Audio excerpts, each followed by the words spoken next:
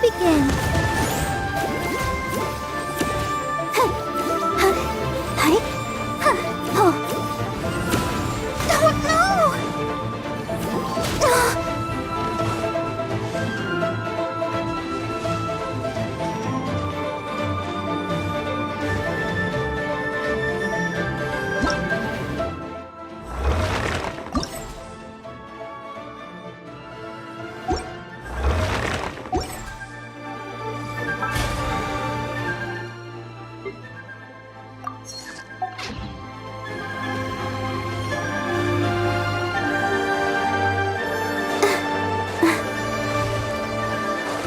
Let's dance.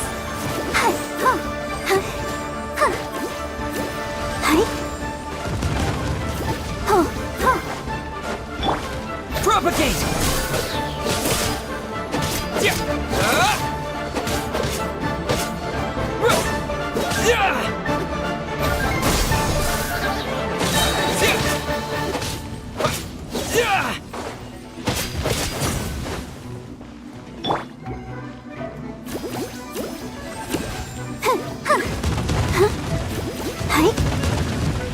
Go, Barbara, go! I'll protect us. Scatter!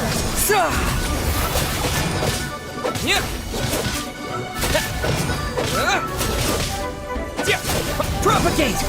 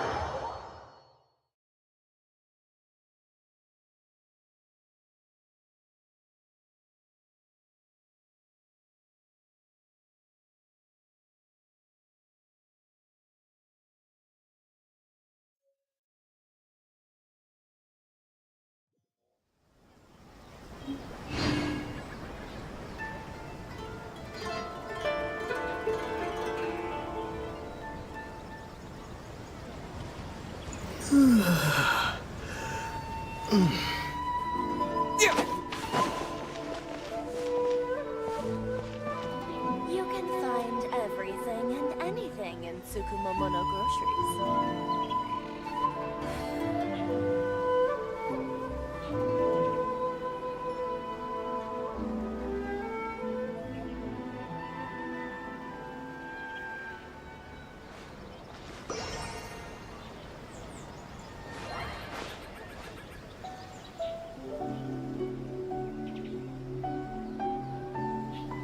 You can find everything and anything in Tsukumomono groceries.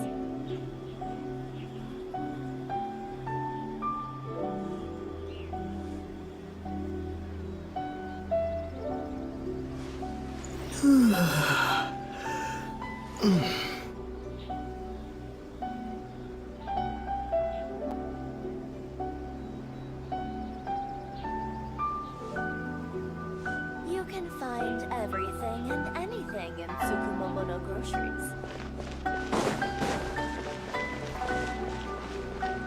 Add Ash.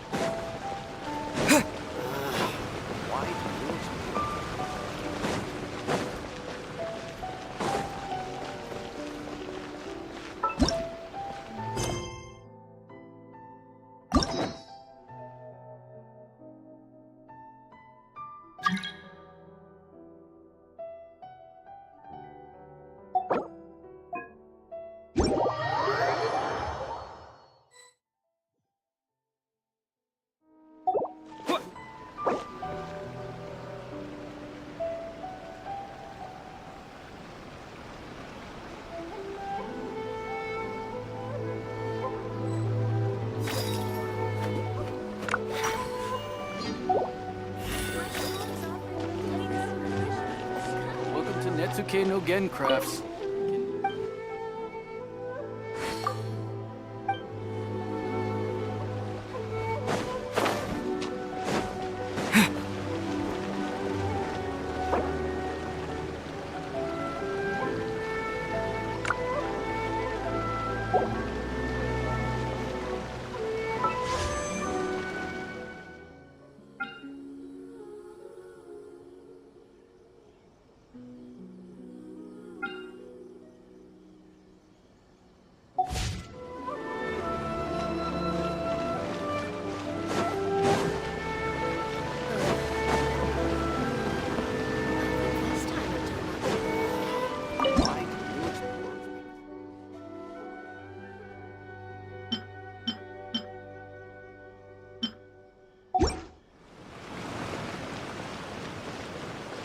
Ooh, you restaurant? That place isn't even worth mentioning.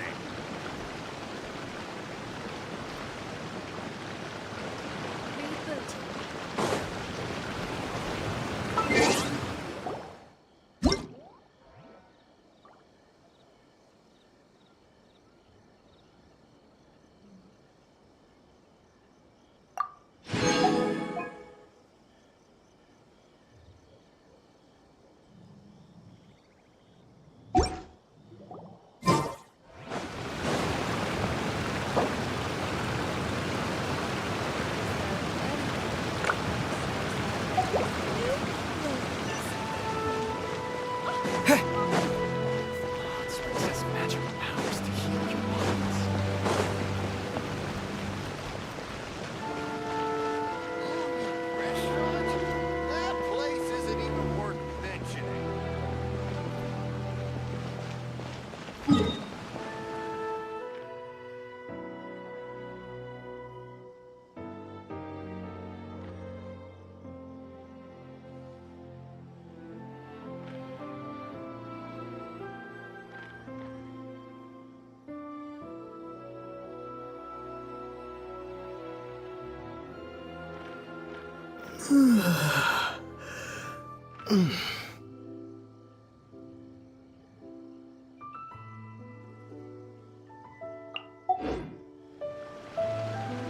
Come, try some creative cooking.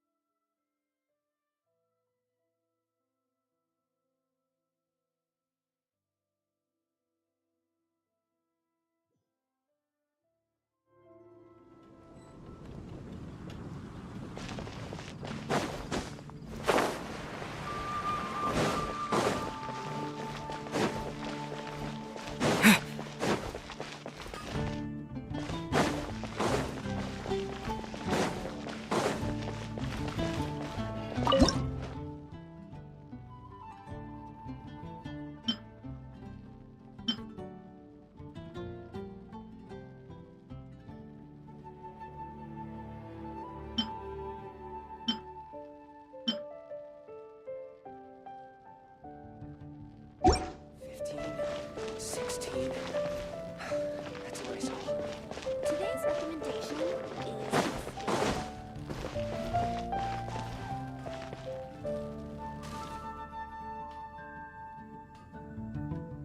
Mondstadt welcomes you.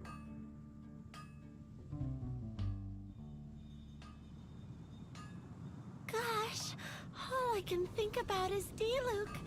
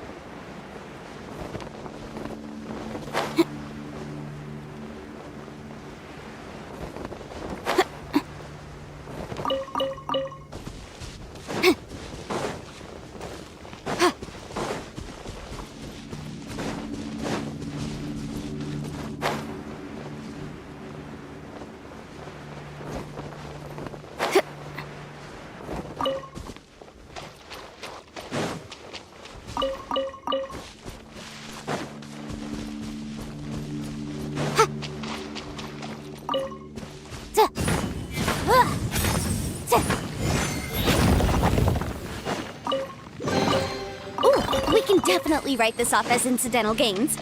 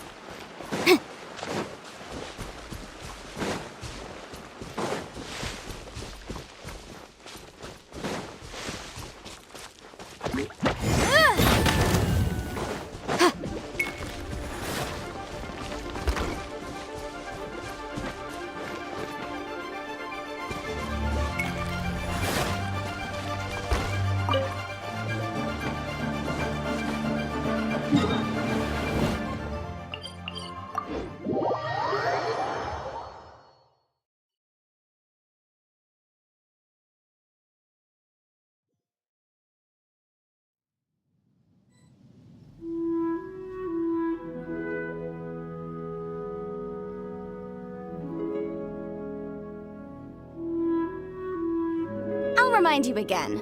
The law can be both a help and a hindrance.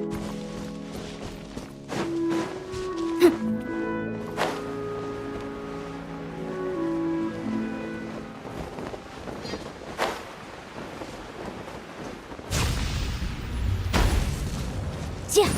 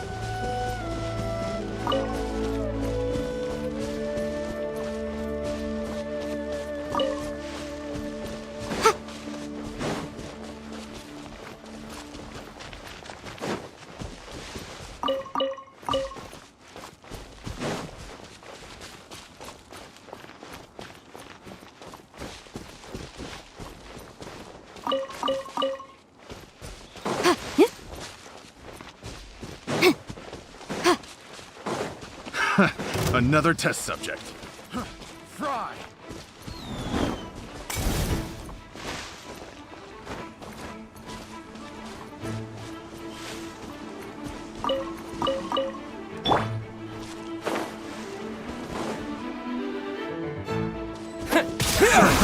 Another test subject. I got careless.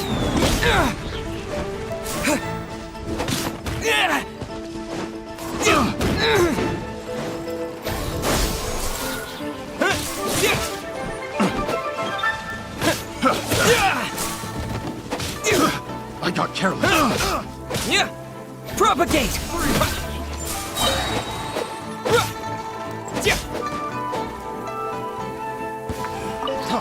Freeze!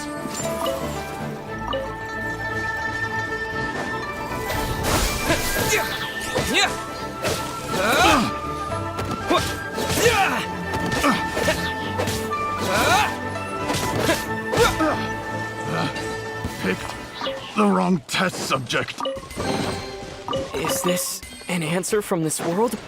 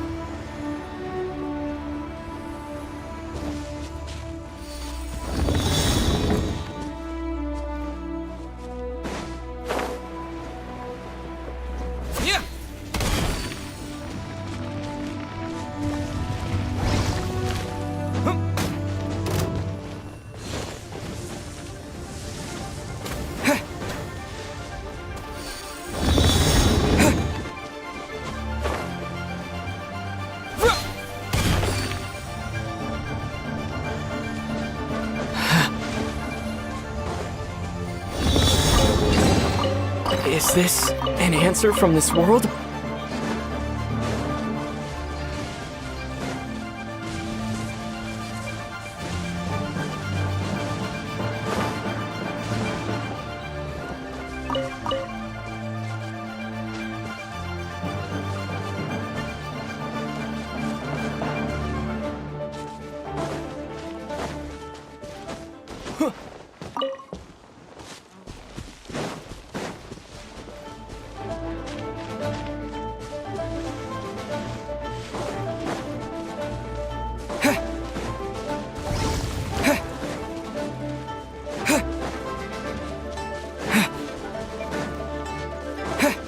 There's no end to this.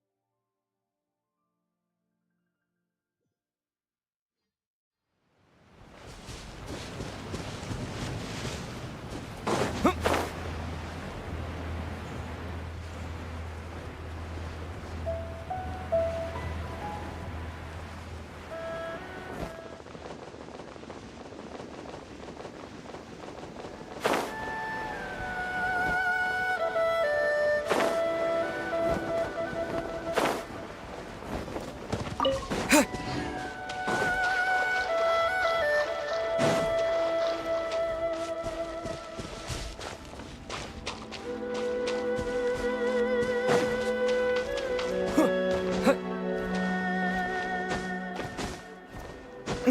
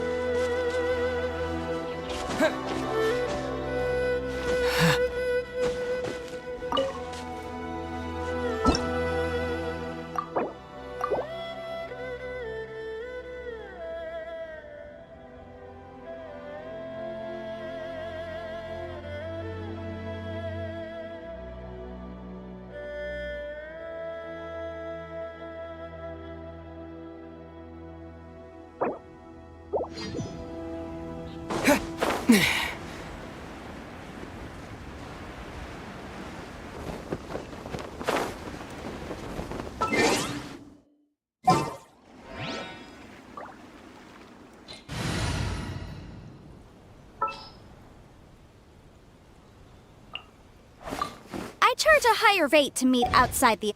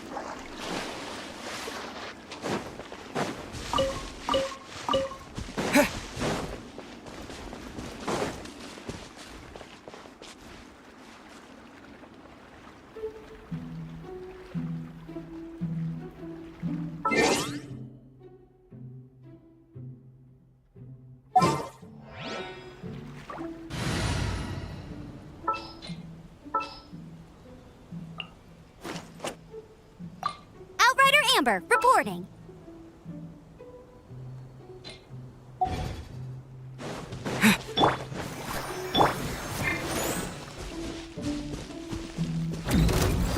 Yeah, scatter!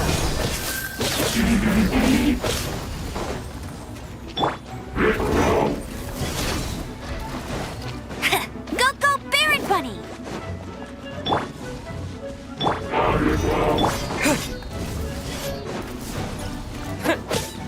Propagate!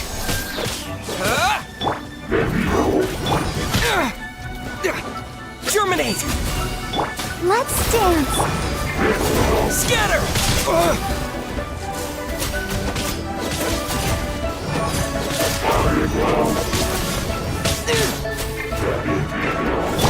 I must leave no...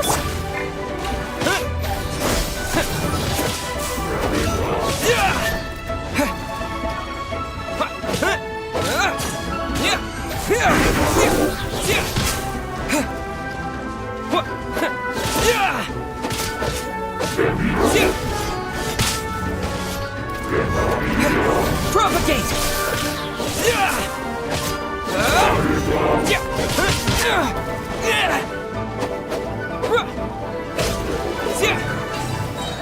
I'll protect us.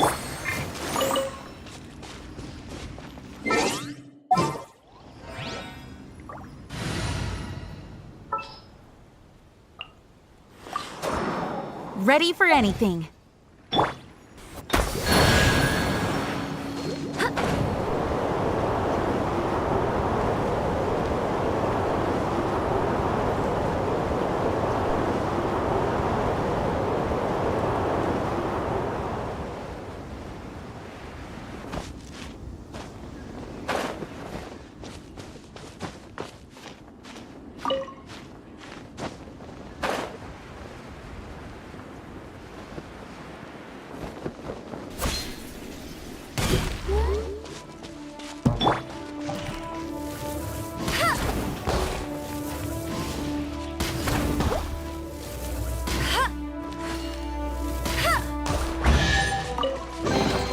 Another target tracked down by Outrider Amber.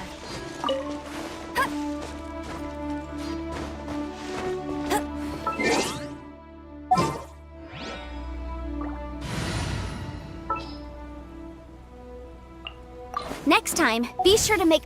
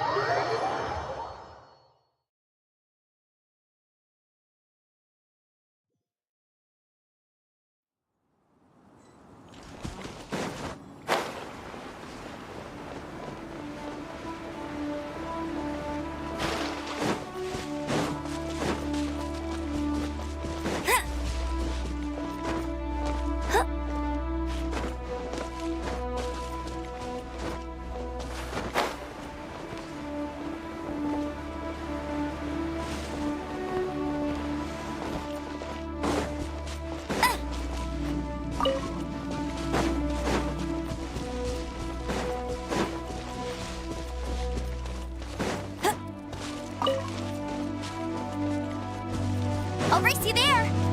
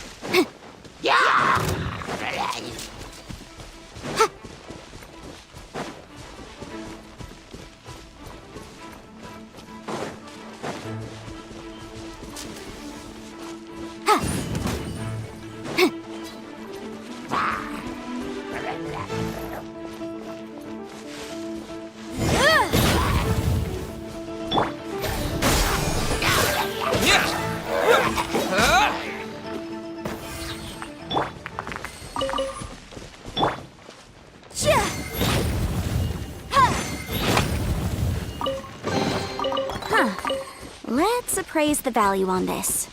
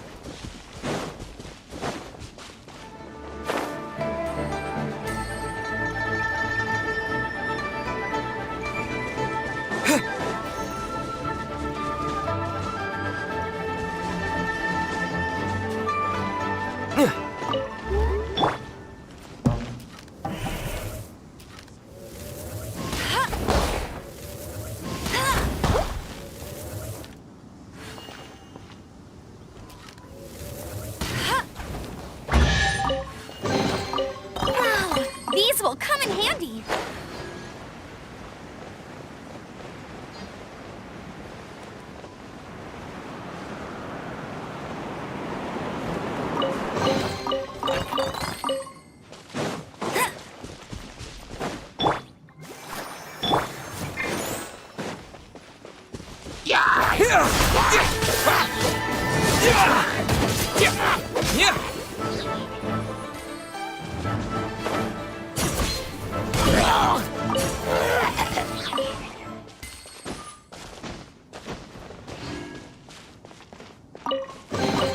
I'll keep this close.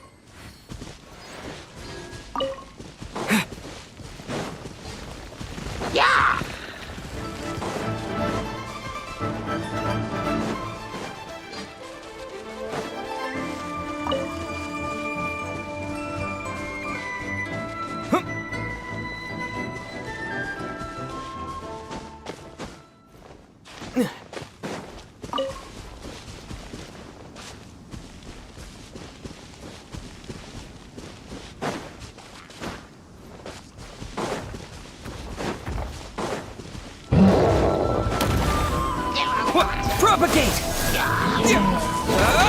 Spring forth! Let the show begin.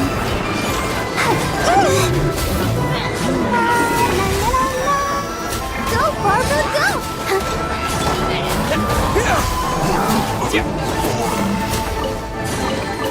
Is this an answer from this world?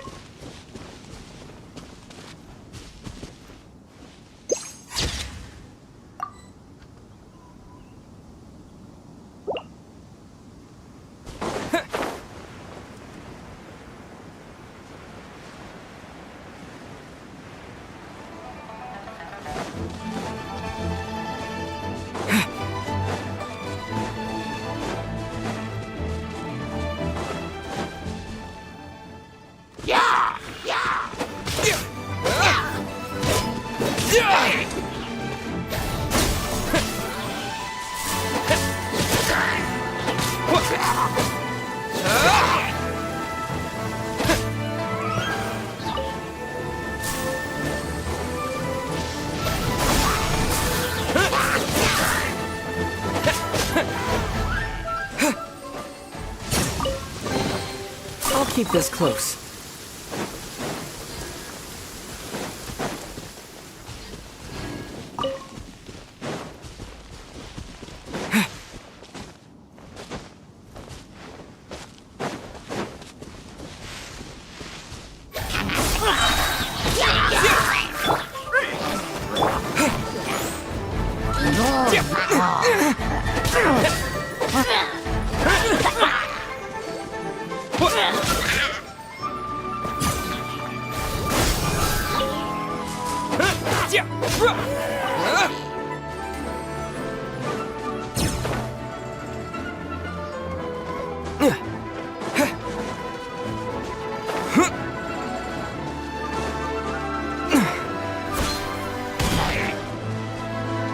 Propagate!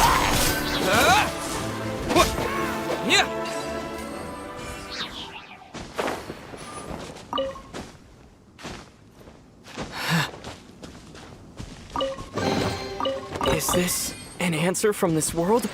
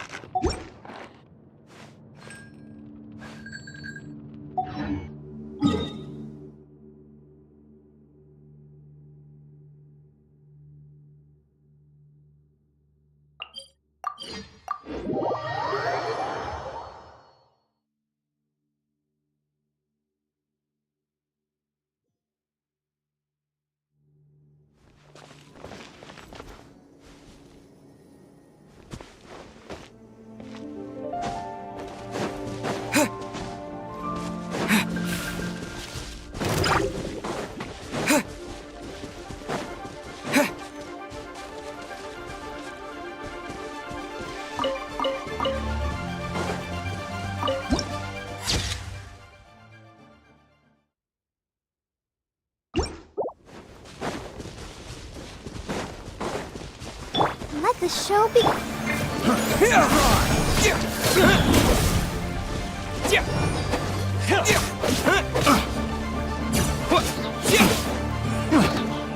Propagate!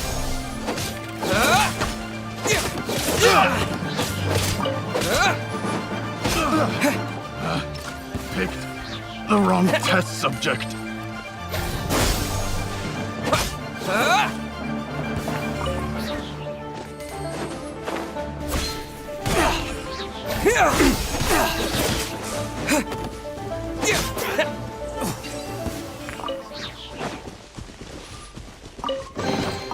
A reward on the road.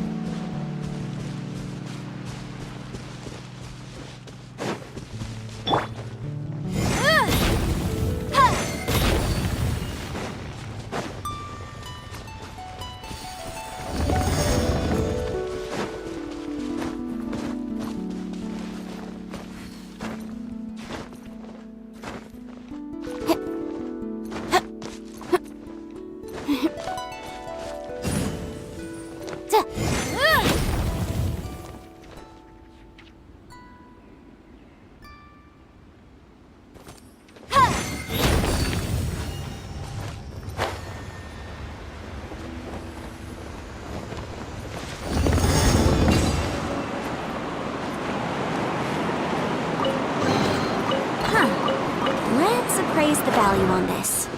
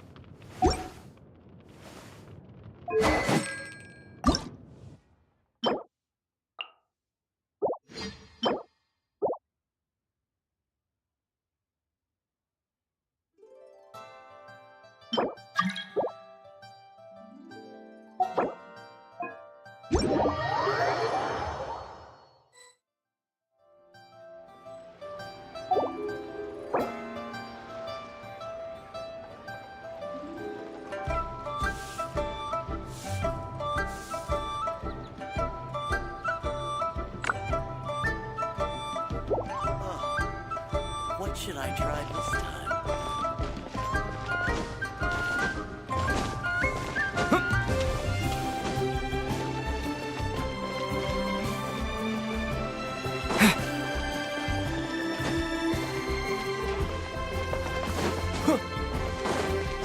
Welcome to Second Life. Satisfaction.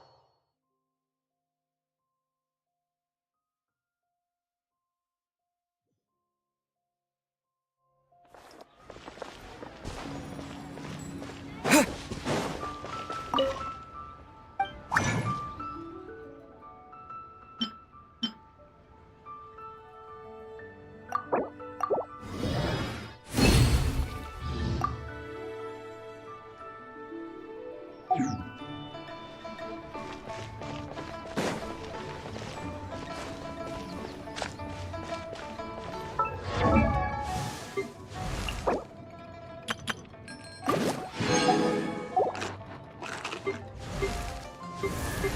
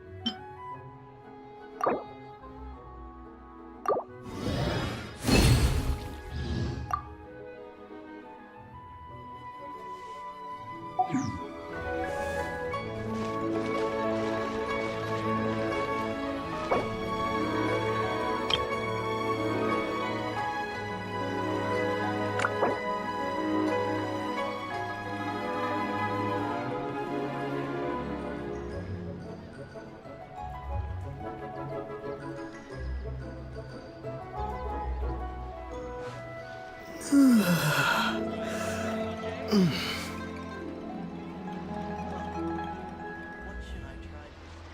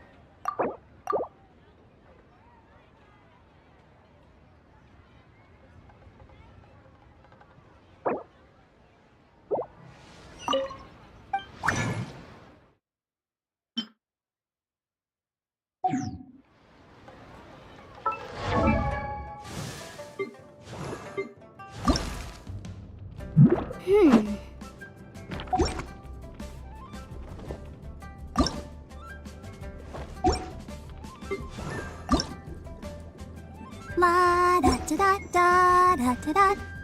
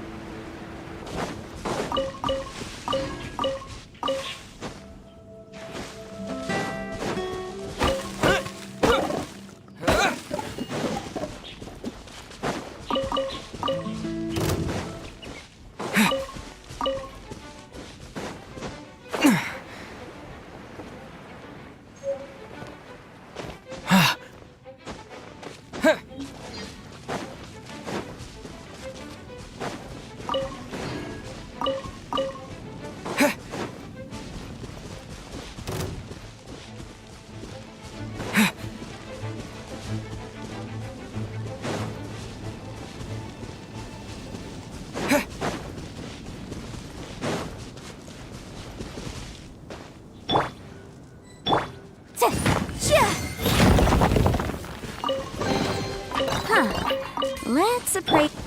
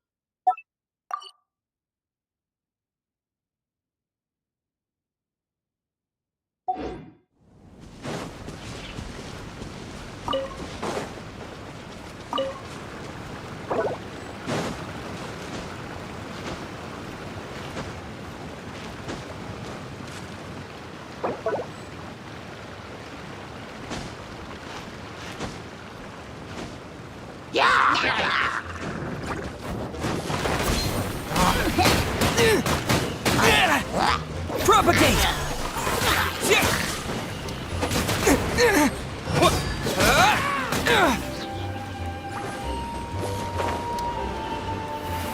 Scatter!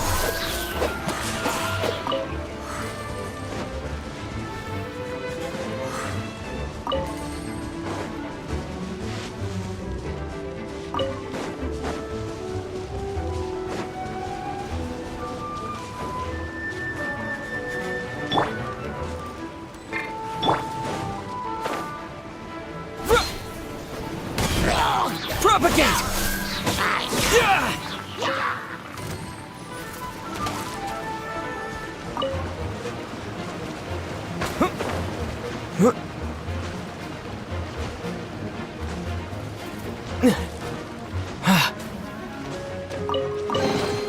I'll keep this close.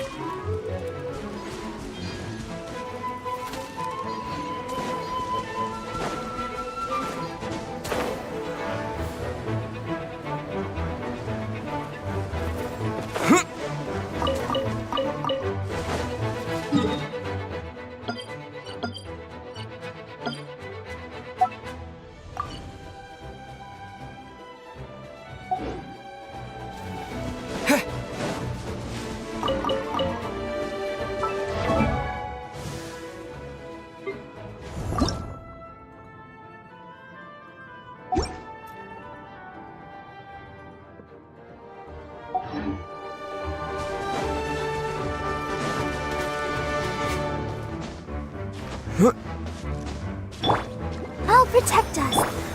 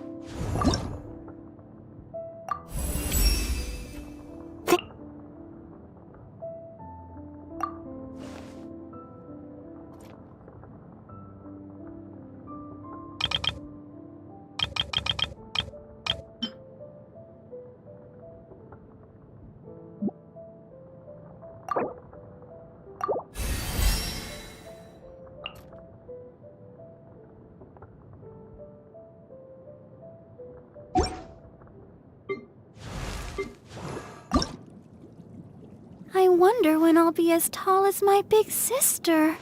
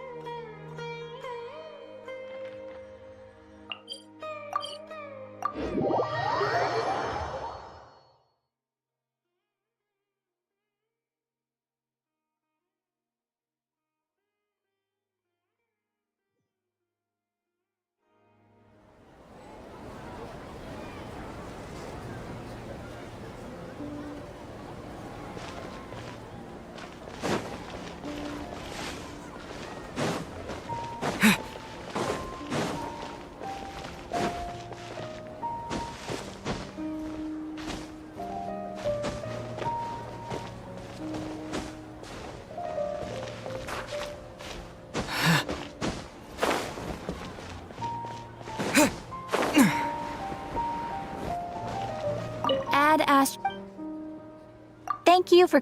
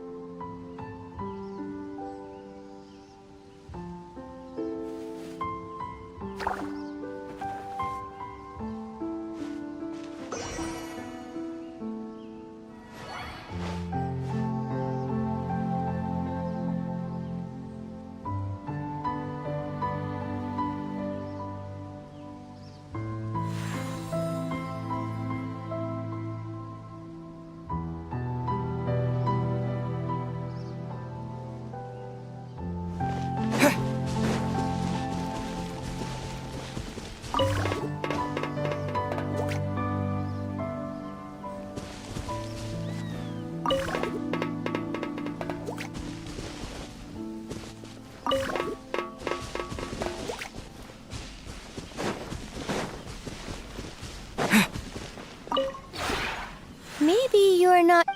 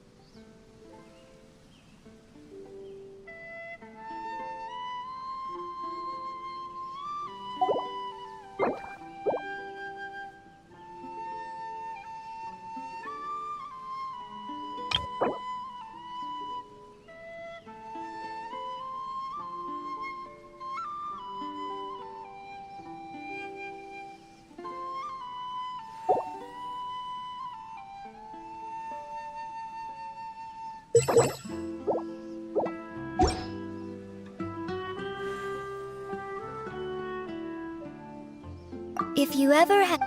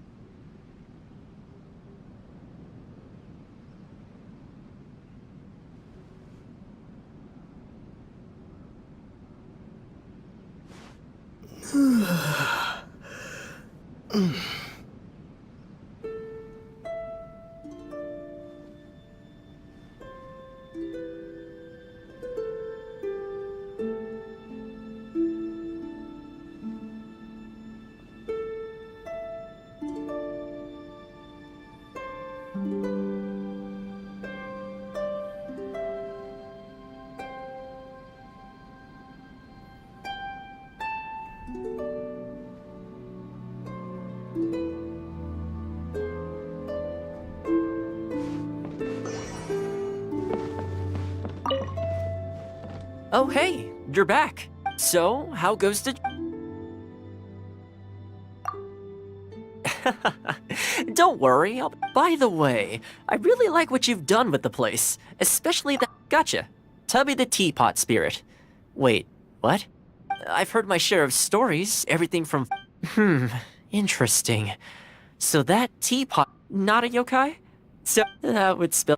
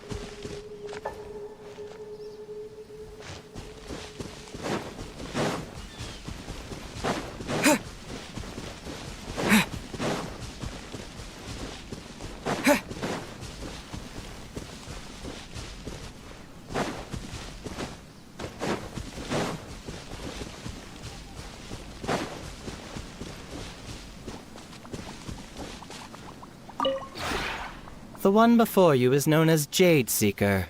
One travels far and wide, seeking naught but to witness all of the treasures this world has to... Ah, encounters with fine treasures cannot be forced. This is something that only fate may decide.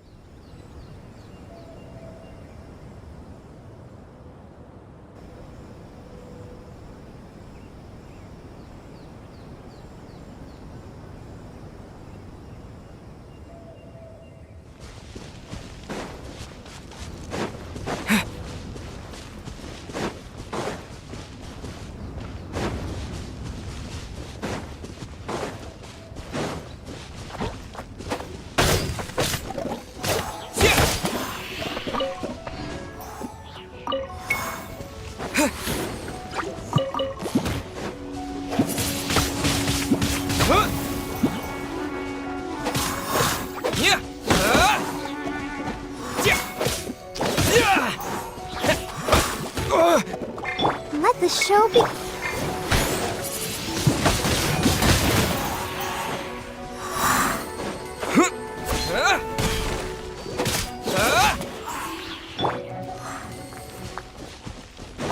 Bet you can't keep up with me.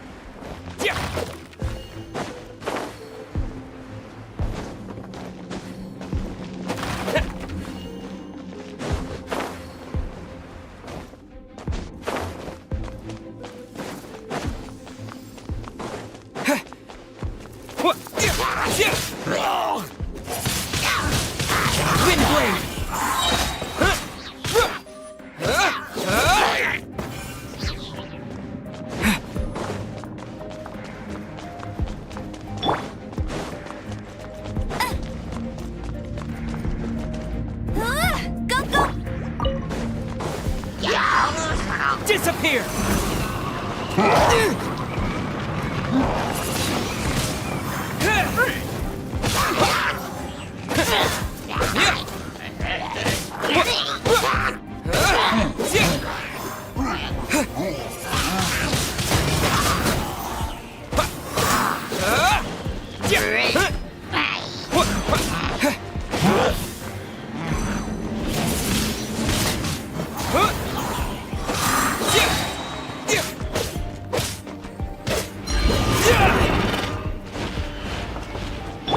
Bet you can't keep up with me! Wind blade!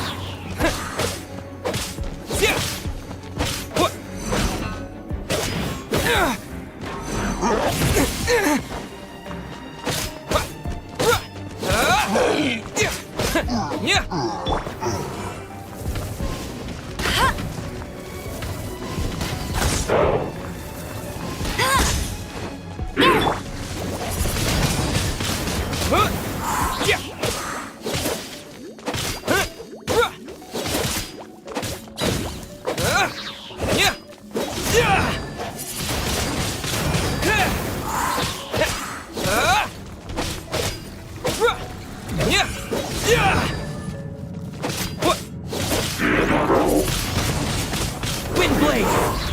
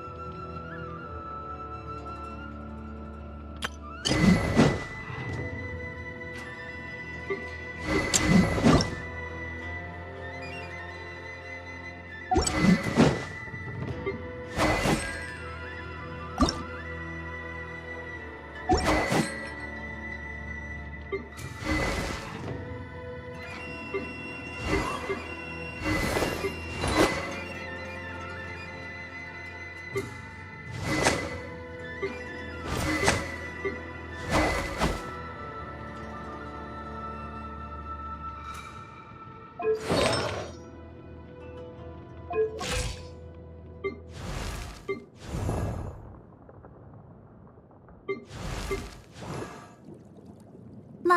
da da da da da da da da.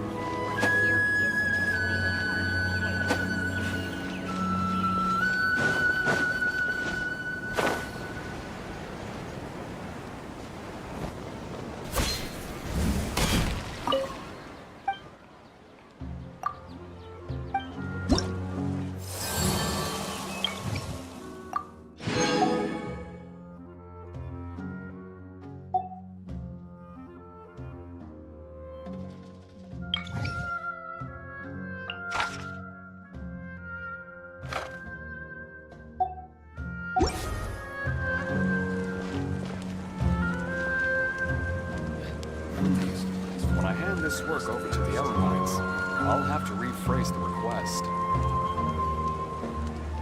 Is there a new request from the Academy?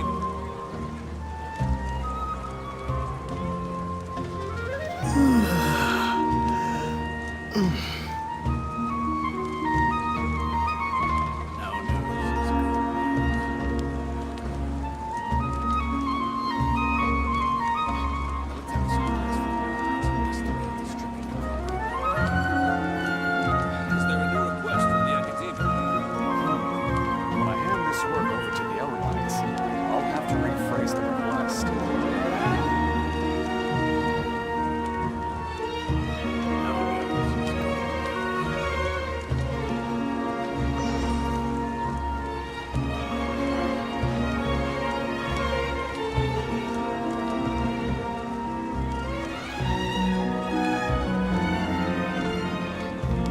Is there a new request from the When I Academy? hand this work over to the other lines, I'll have to rephrase the request.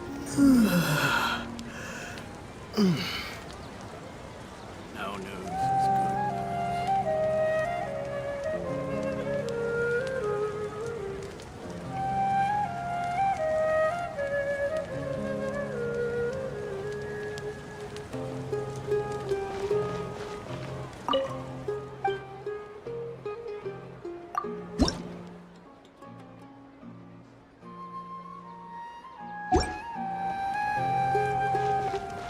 Is there a new request from the Academy? Military supplies for the airlines must be.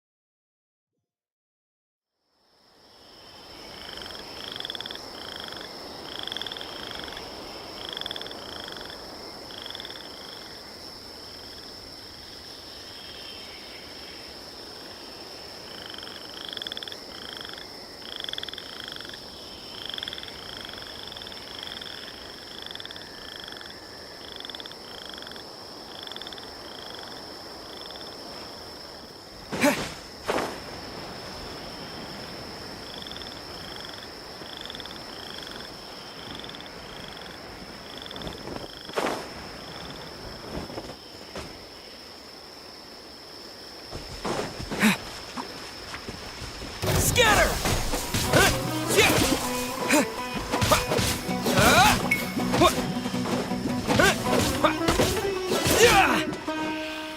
Propagate!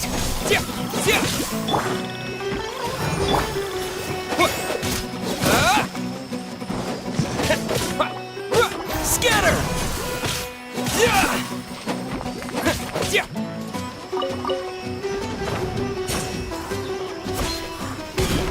Propagate!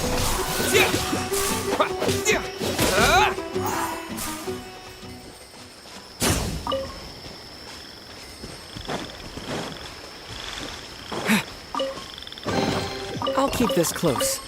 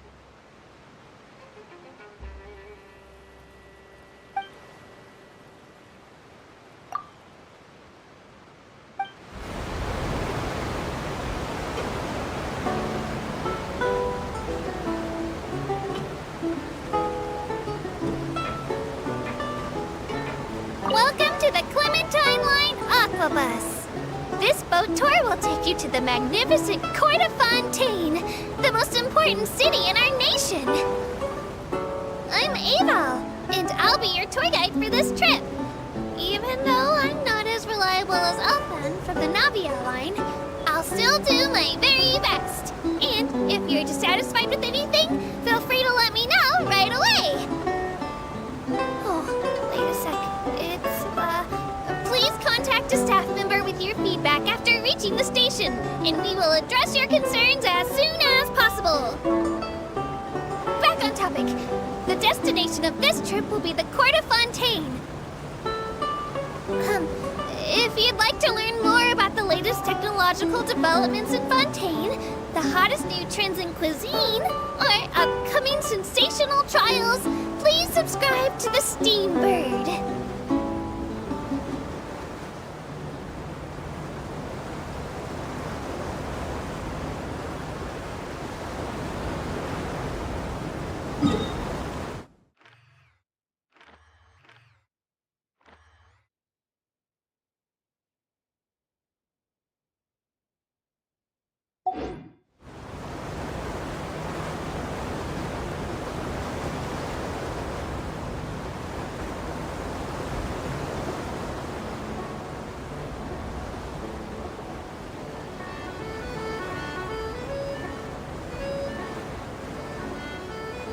The Steambird runs lots of fantastic serialized novels, including the thriller Great Detective Herlock, which recently reached its dramatic conclusion.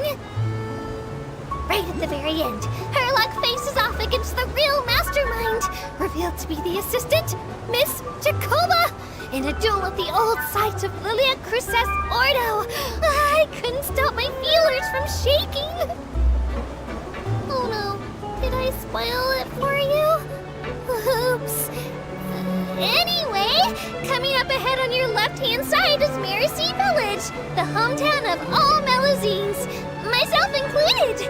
It's deep below the ground just over there.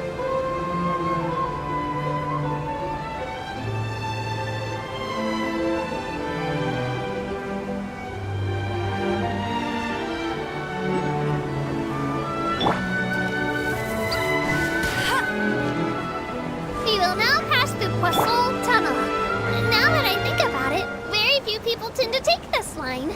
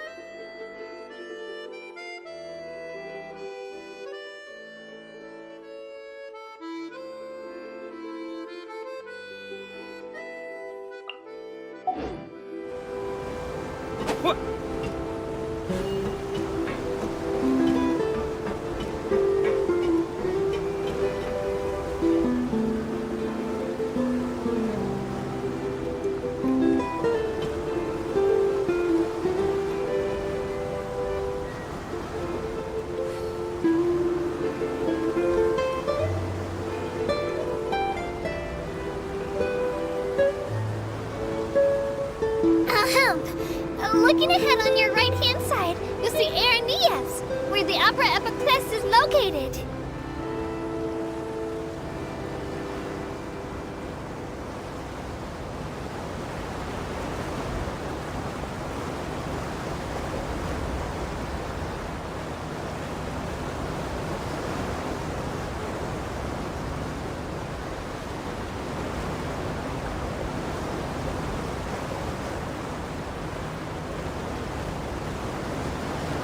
Do you see that really tall structure?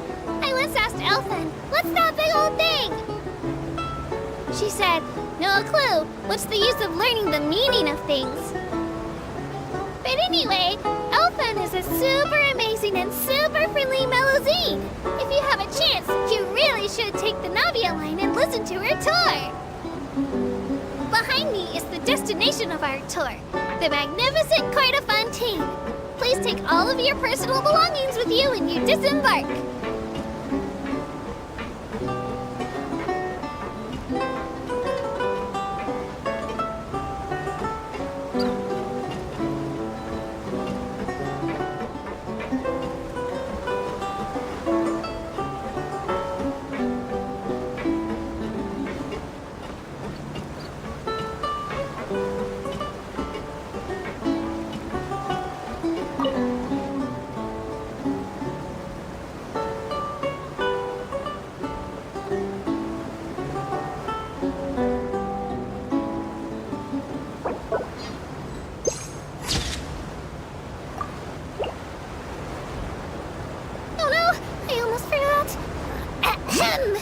Well, aboard the Aquabus, please keep your head, hands, and other body parts, as well as your canes, swords, cameras, and other personal items inside the boat at all times. The Aquabus operator bears no responsibility whatsoever for any injury or loss incurred as a result of disobeying the rules. Maybe it's a bit late for the disclaimer. Anyway, I'm happy you've had an incident-free journey today, and it was my pleasure to serve as your tour guide for this trip. Thank you!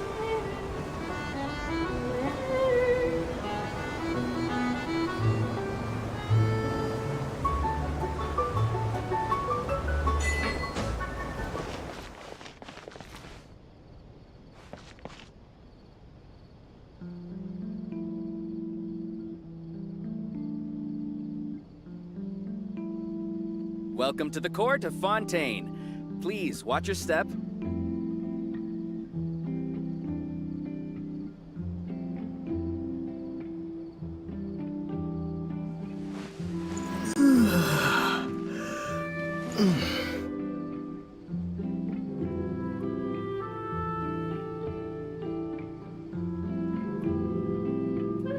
Welcome to the Court of Fontaine. Please watch your step.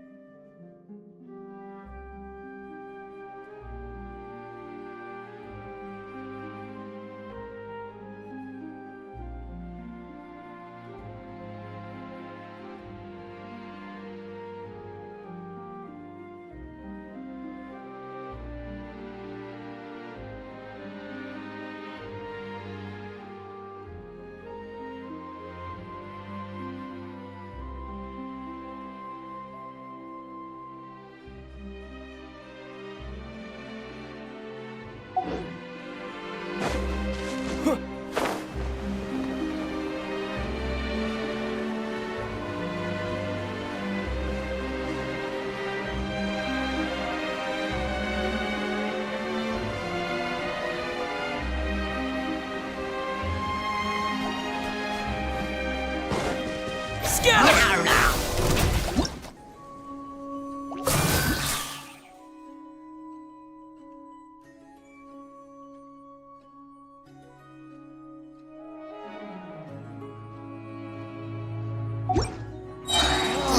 Let's dance.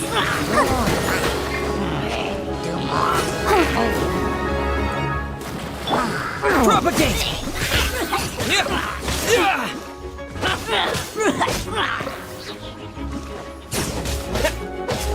Scatter!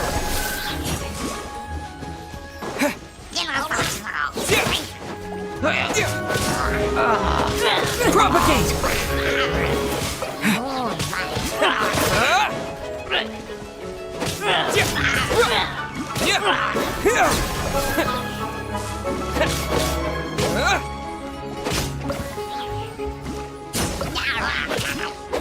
Propagate!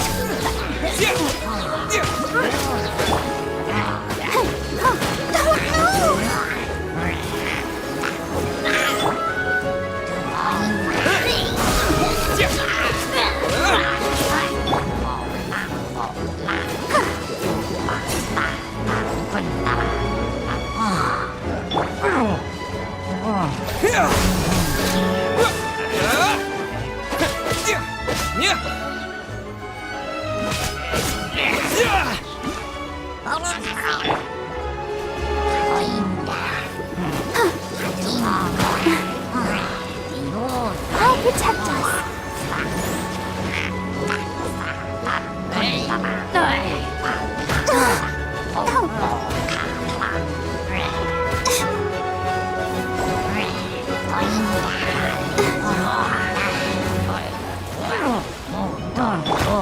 Scatter!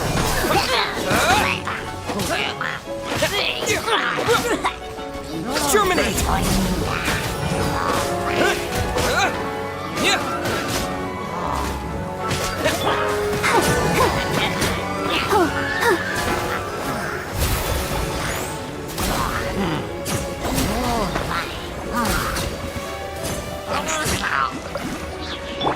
Propagate!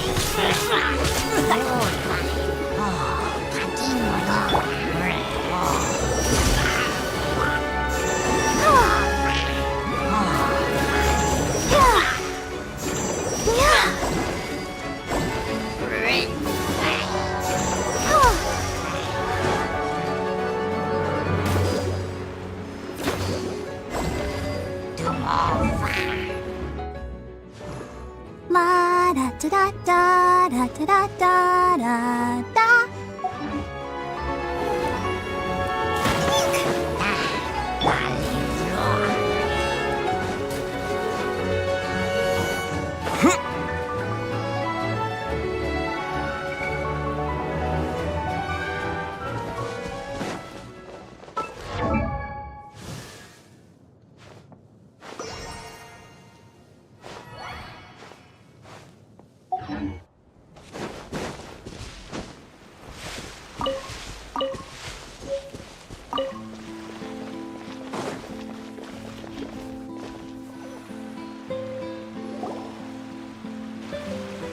Whoa! Now this is fancy! The Opera Epiclese. What a place to hold a performance! No wonder Linny and Lynette were looking forward to it.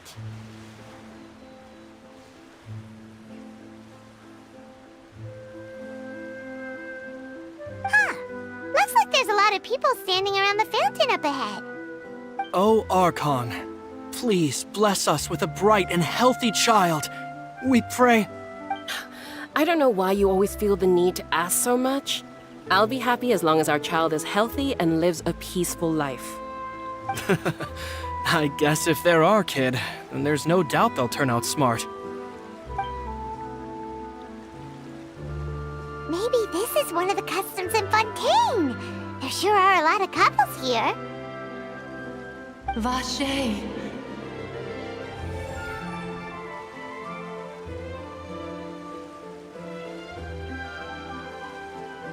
What's wrong? Vache. Vache.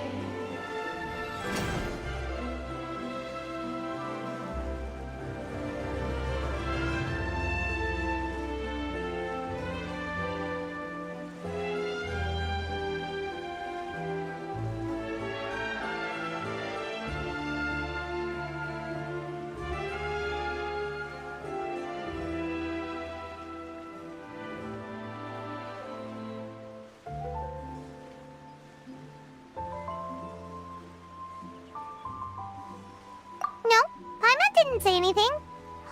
Are you hearing things? Welcome to the Fountain of Lucine. All the water flowing through Fontaine converges here. It's customary for newlyweds to come here and wish for children. Ah! Lynette! You scared Paimon! When did you get here? Lenny asked me to wait here for you, remember? Right. What do you mean? There are a lot of people here right now. Hey, you're not trying to scare Paimon, are you? Besides, it's the middle of the day. It's not the time for eerie things.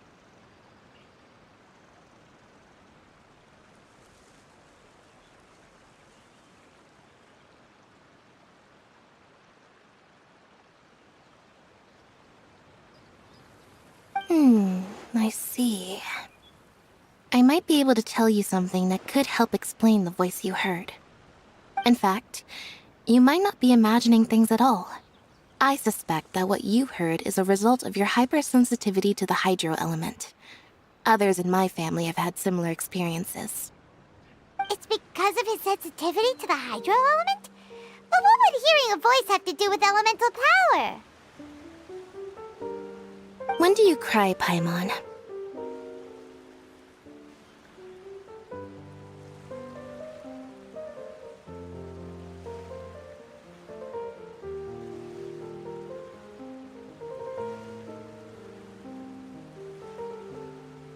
Wait, what? What does that have to do with anything?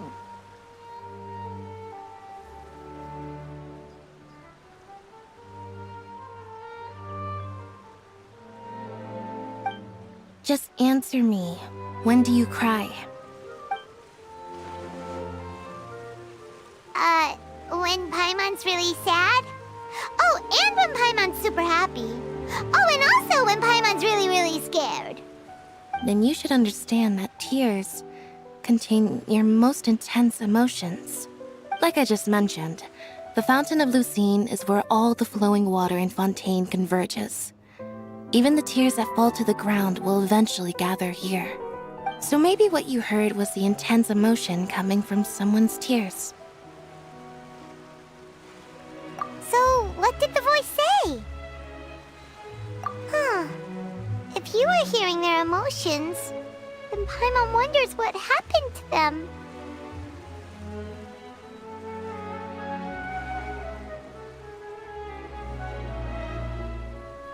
Rather than worrying about them, we should worry about my brother first. Don't let that calm look of his fool you. He tends to get pretty nervous just before a performance. So chatting with Lenny might help him relax a little before he goes on stage. Oh, right. That makes sense. Let's go in and see Lenny.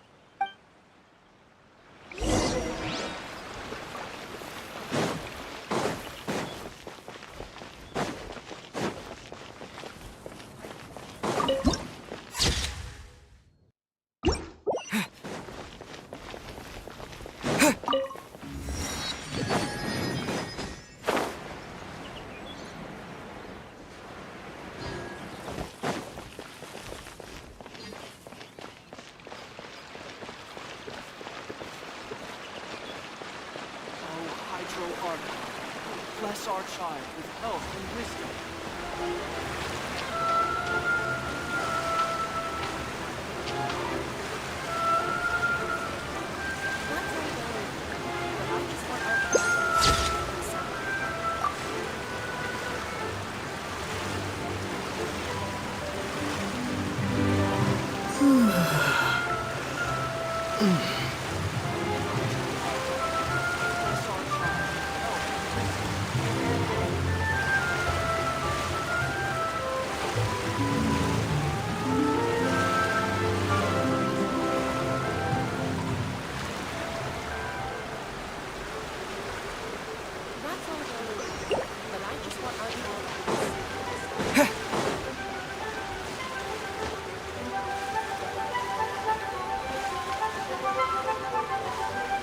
Honestly, I'm not a big fan of opera.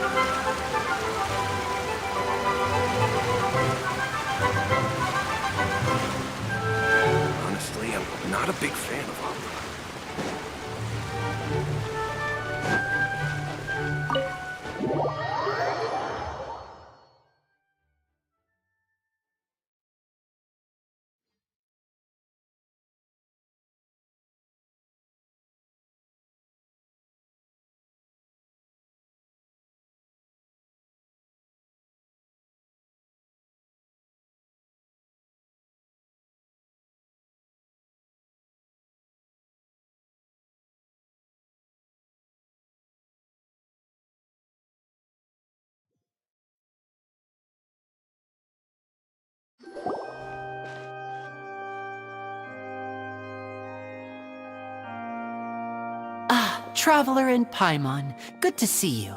I knew you two would come. Are you kidding? We wouldn't miss it for the world! We've been looking forward to it! I can tell, judging by how early you've arrived. But you're actually right on time. The audience still hasn't started entering the venue yet, which means now is the perfect chance for us to take you to the best seats in the house. Wait just a moment, I'll fetch the tickets.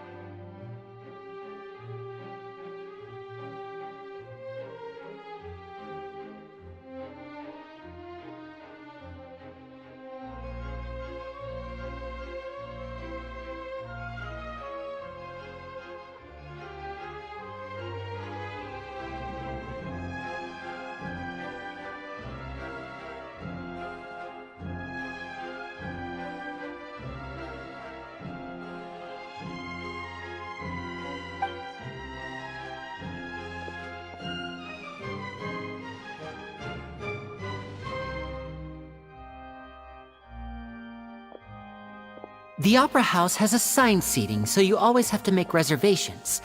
I've already reserved your seats, and here are your tickets.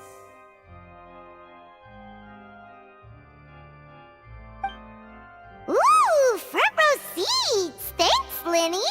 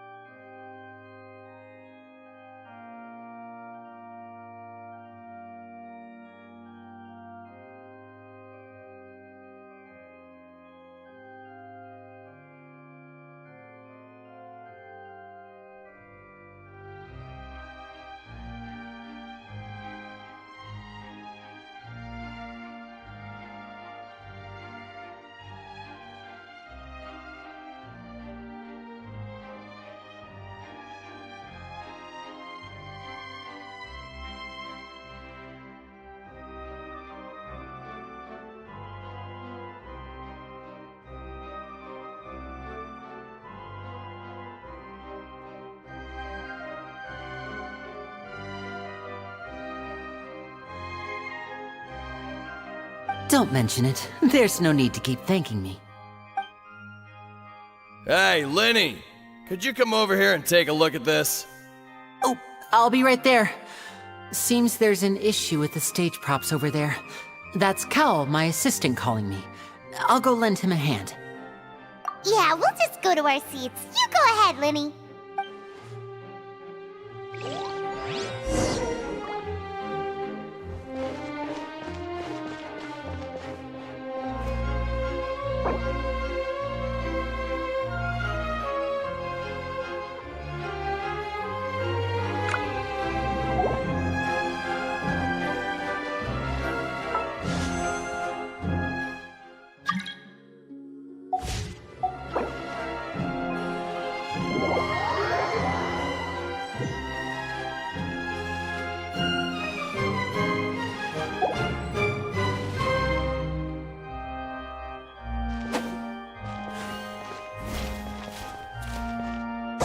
Shine down! This one's got your name on it!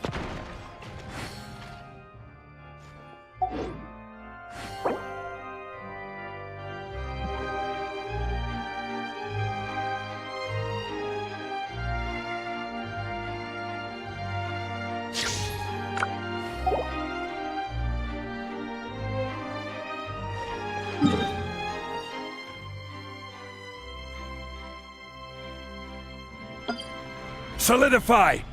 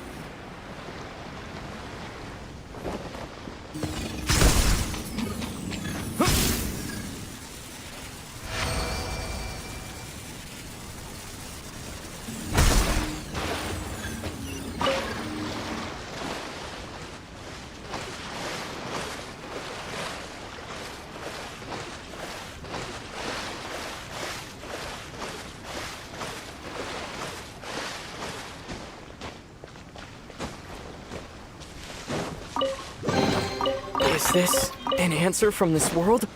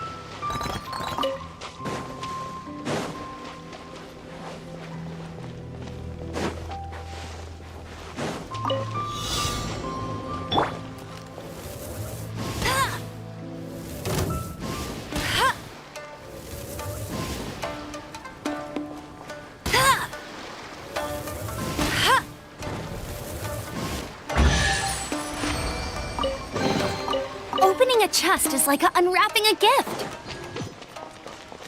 Bet you can't keep up with me.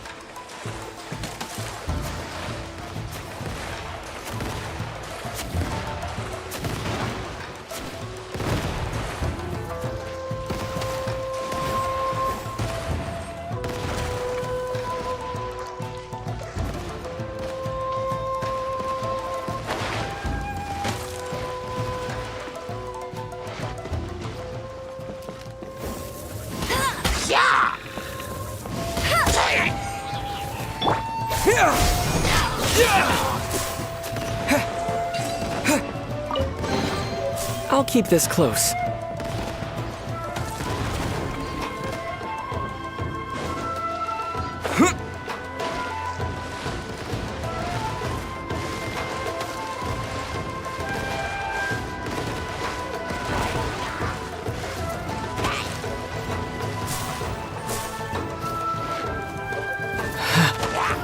Inazuma shines eternal!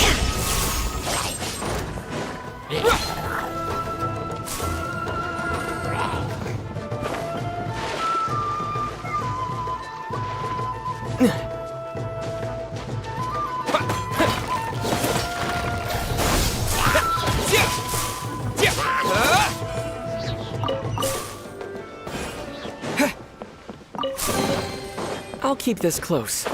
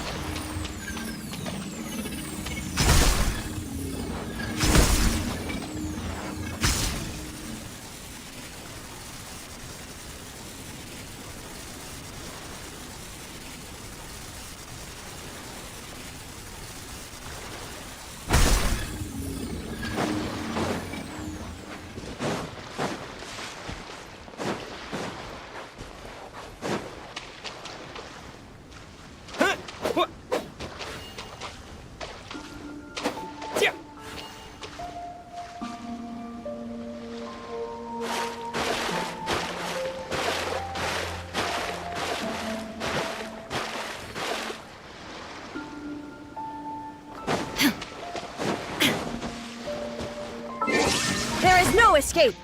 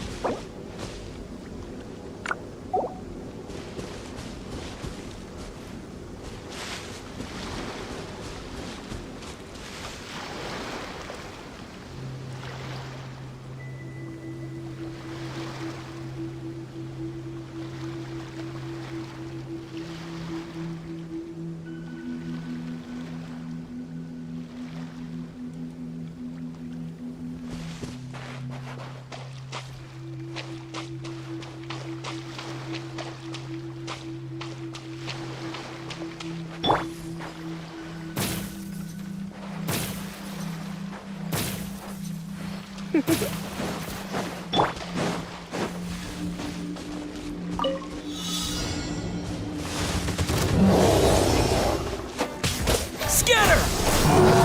Orders guide you. Gather. Propagate! Now you shall perish!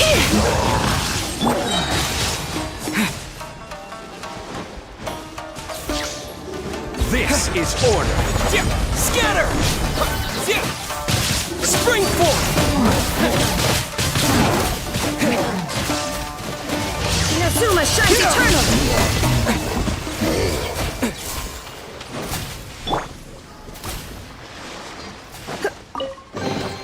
What do you think, cutie?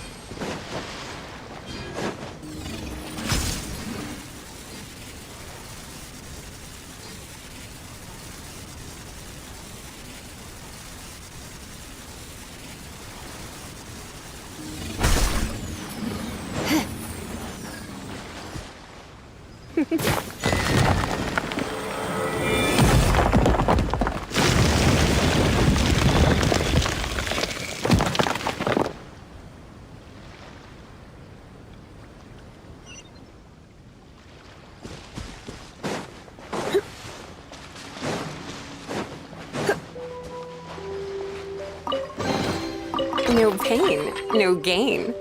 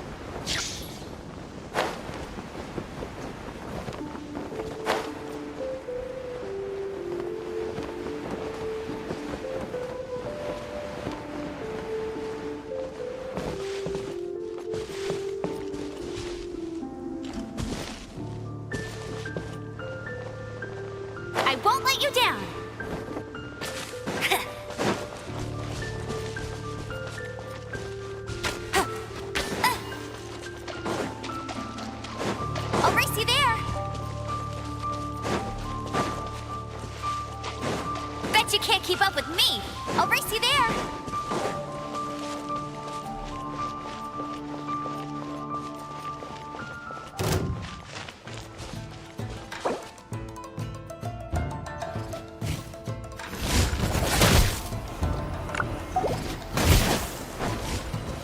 Go, go, Baron Bunny!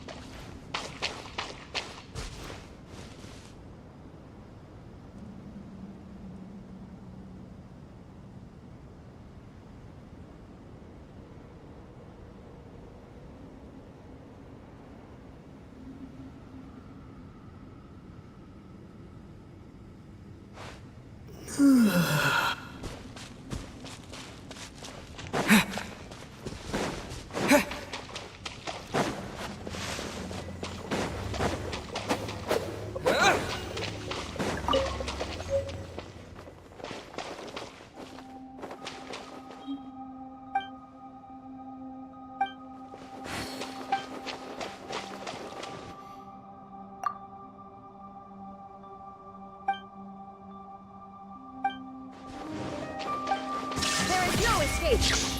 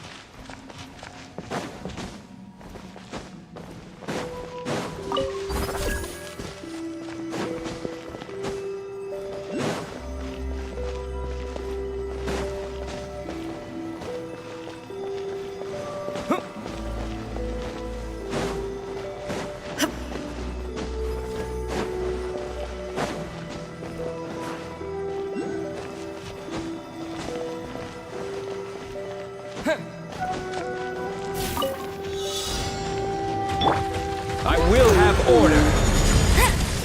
Shine down.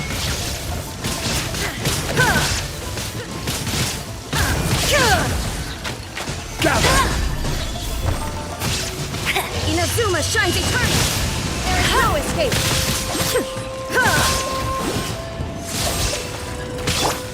Propagate. No one escapes my sight. Illusion shattered. Must keep training.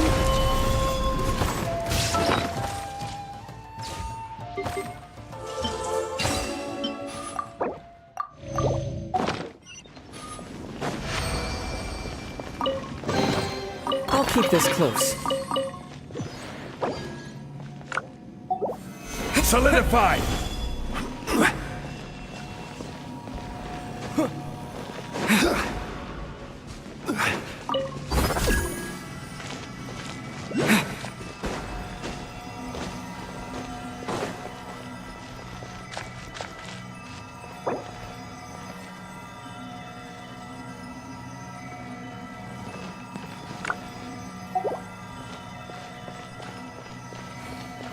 Stabilize!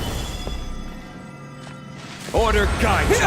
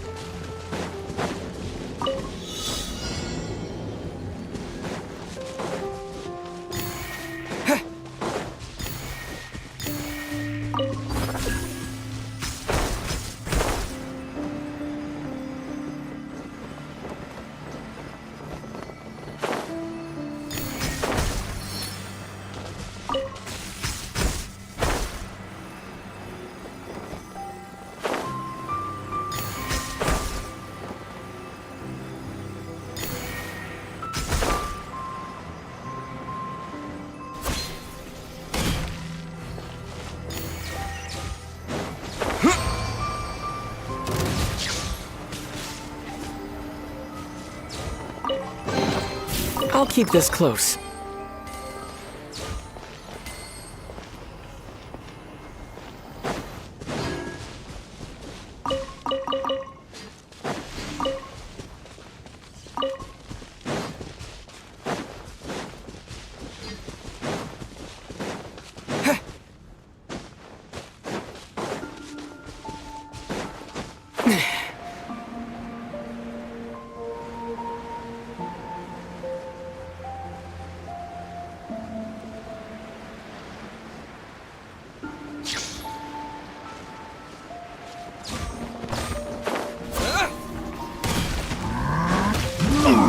Propagate!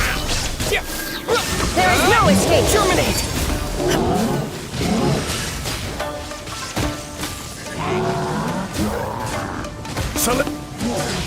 Scatter!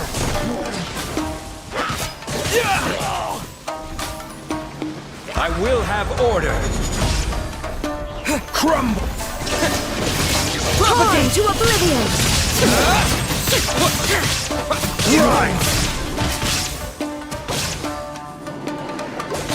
This is order.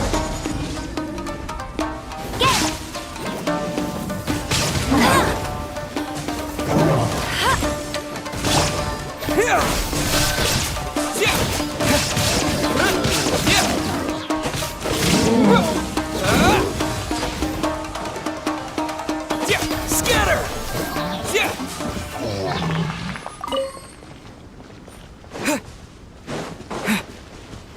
Right. Propagate! Take a rest. Leave it to me.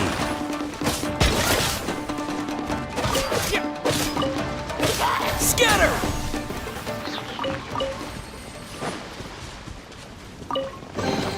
I'll keep this close.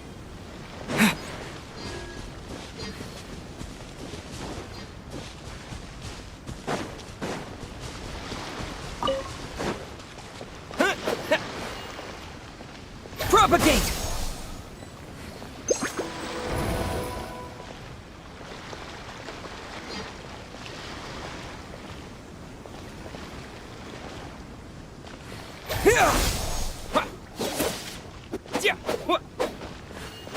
Osmanthus wine tastes the same as I remember.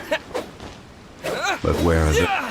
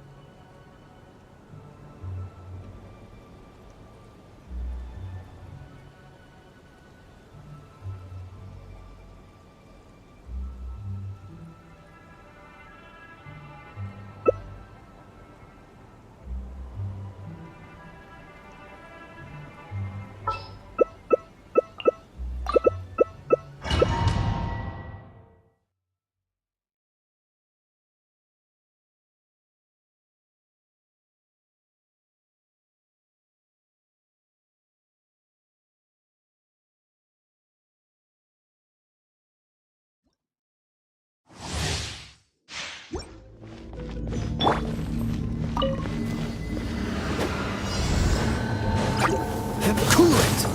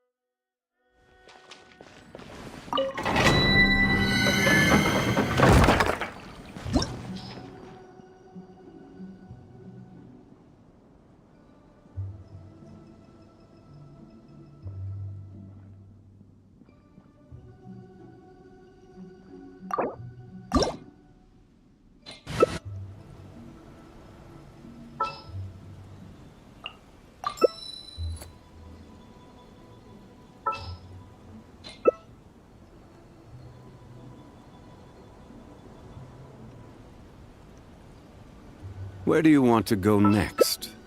If you'd like to see Liyue's tourist spots, I have a few references.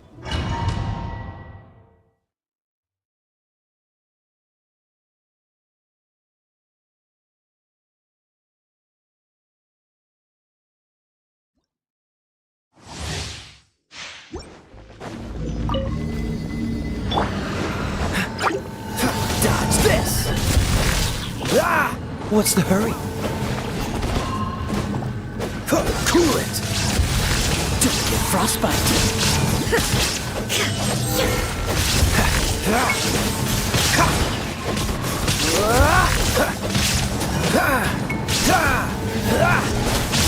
What's the hurry? There is no escape! Dodge this! Oh, so sorry. Cool it! This!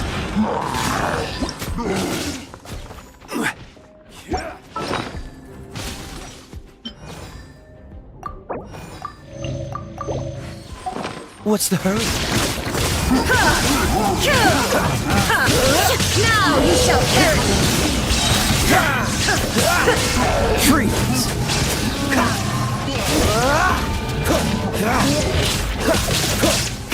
Dodge this! Gather! This is order! Shine down! Inazuma shines eternal!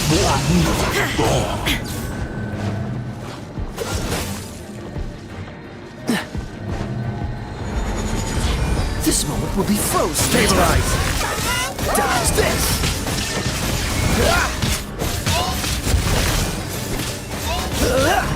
Cool it!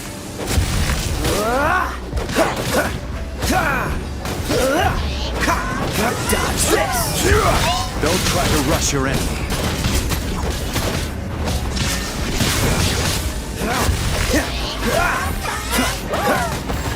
Stabilize! Freeze! I will have order. Oh, so sorry. Shine down! Dodge this!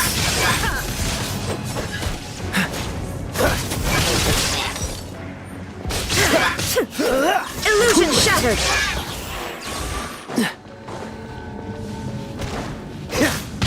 This is order! Dodge this!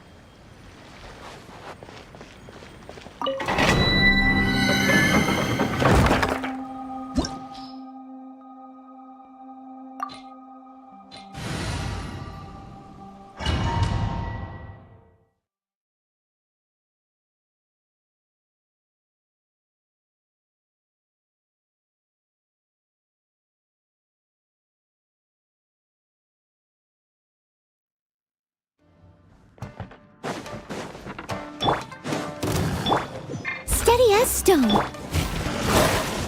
Propagate! Let's dance.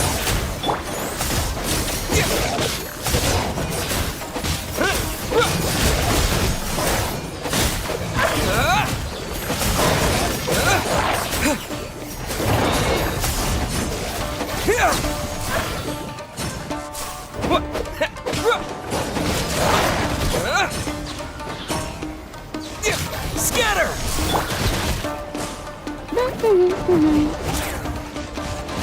Let it rain.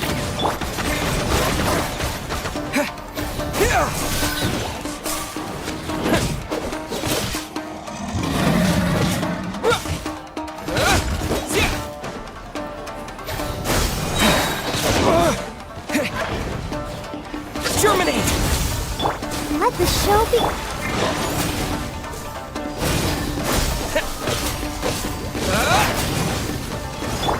I must leave you. Scatter! Get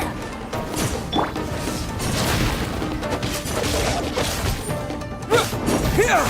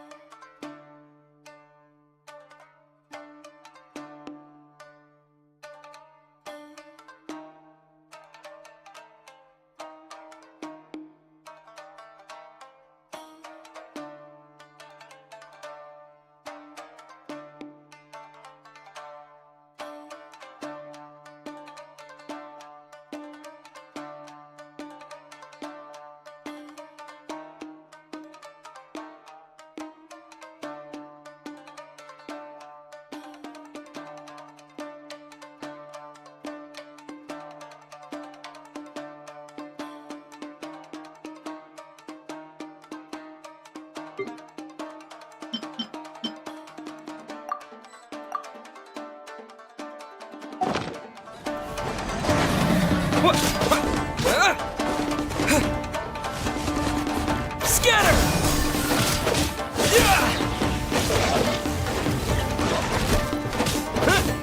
Steady as...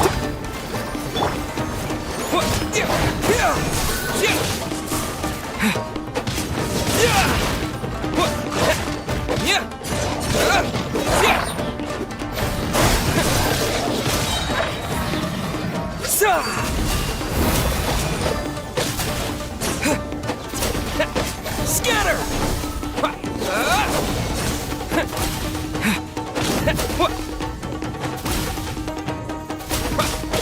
Propagate!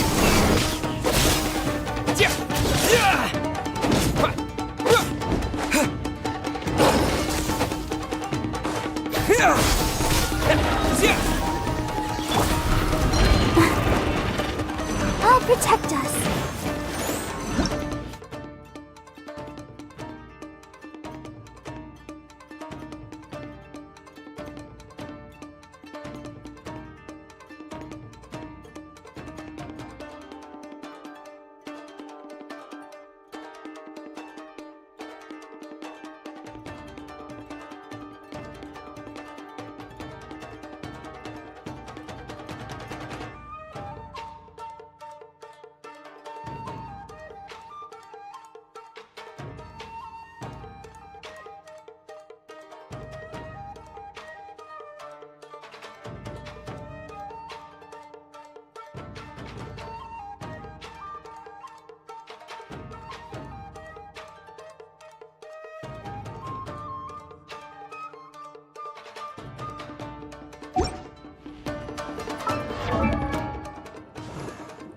La da da da da da da da da da.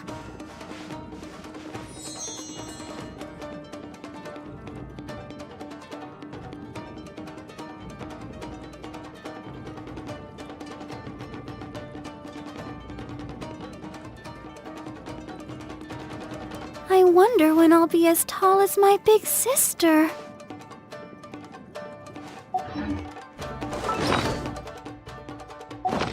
Ready, steady, go!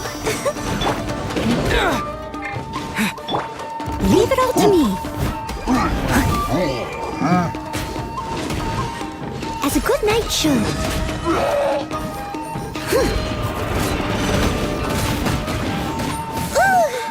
I'll catch up.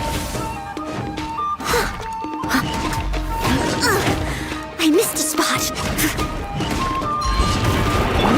Scatter!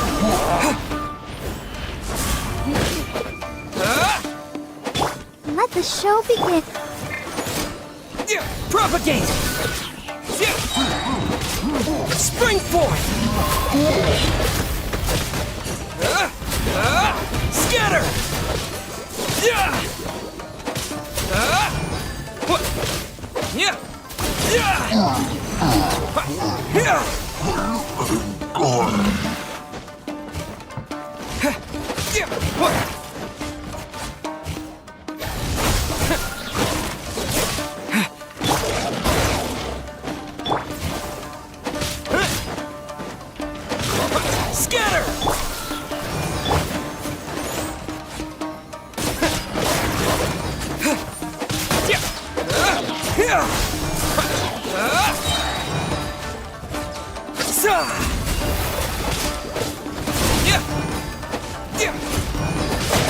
Propagate!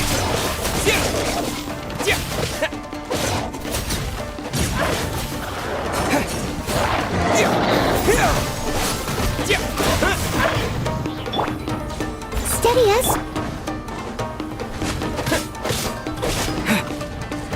Propagate! Let's dance.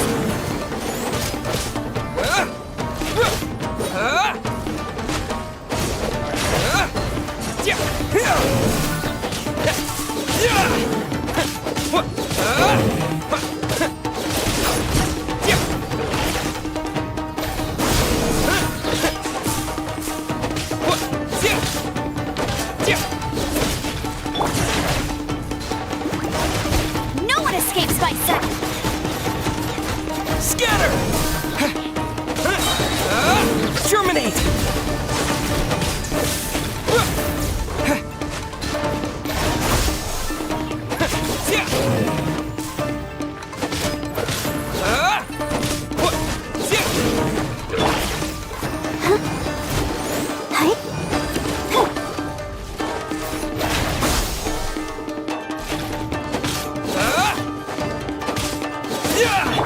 Leave it all to me.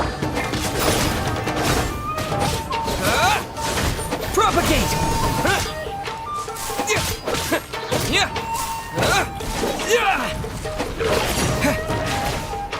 Scatter!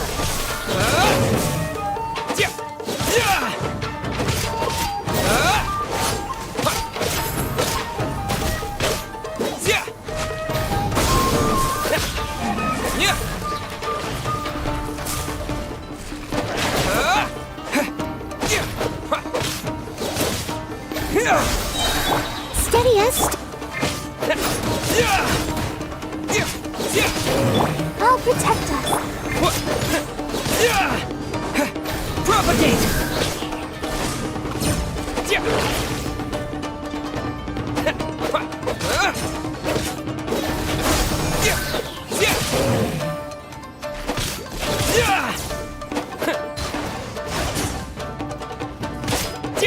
Scatter!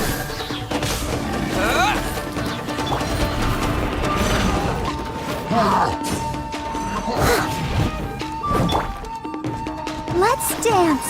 Oh.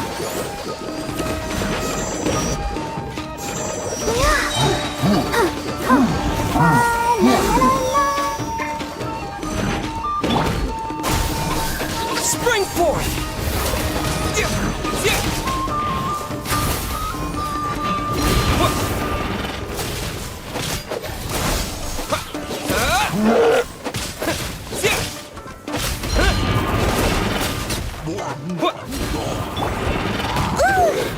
I must leave no stone unturned.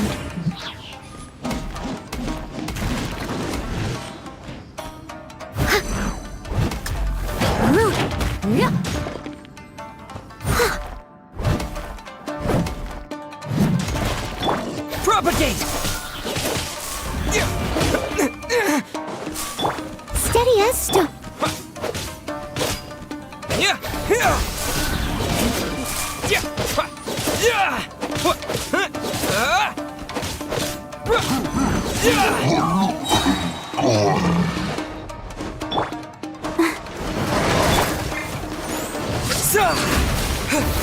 Propagate!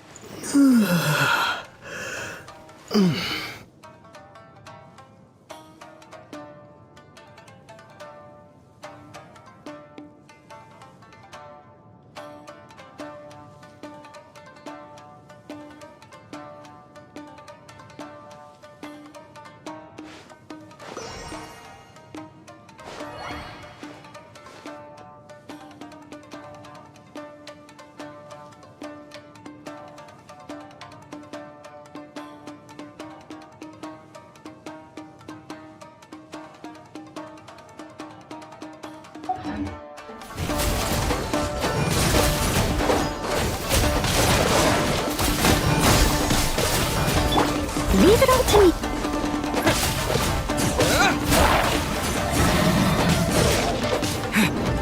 Scatter! Yeah! Yeah! Yeah!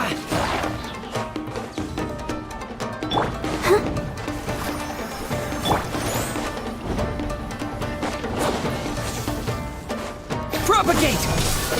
Yeah! Yeah! Yeah! Scatter! Yeah! Yeah!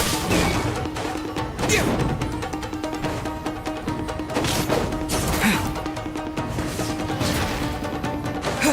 Propagate!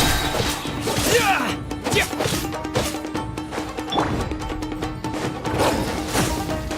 I'll protect us. Terminate! Scatter! Yeah! Yeah! Yeah!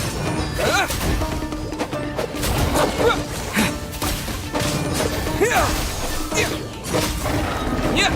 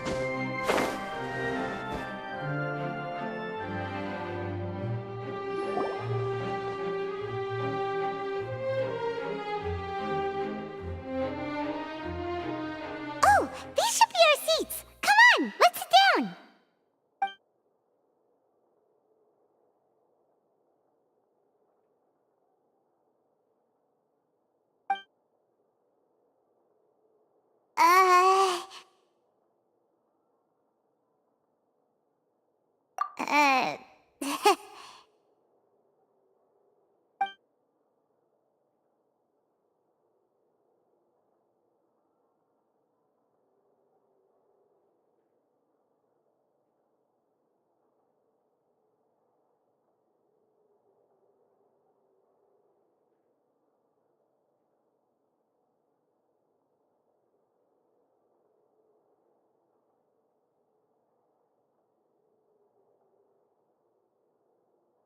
Hey, Traveler.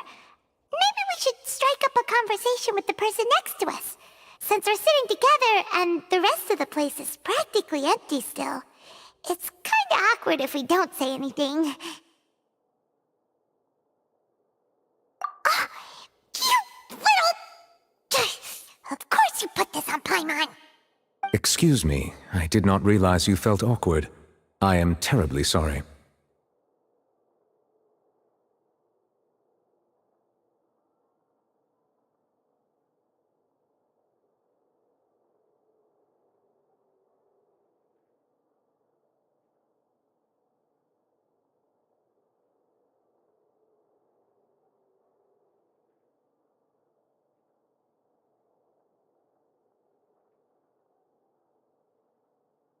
I would be perfectly happy to chat with you if that is what you would like.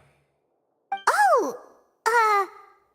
So you heard all of that, did ya? Boy, you sure have good ears. Paimon thought she was keeping her voice down. Wait, that's not it. Paimon's... Sorry. Paimon's the one who was being rude, talking under her breath like that. So, let's talk, but, what should we talk about?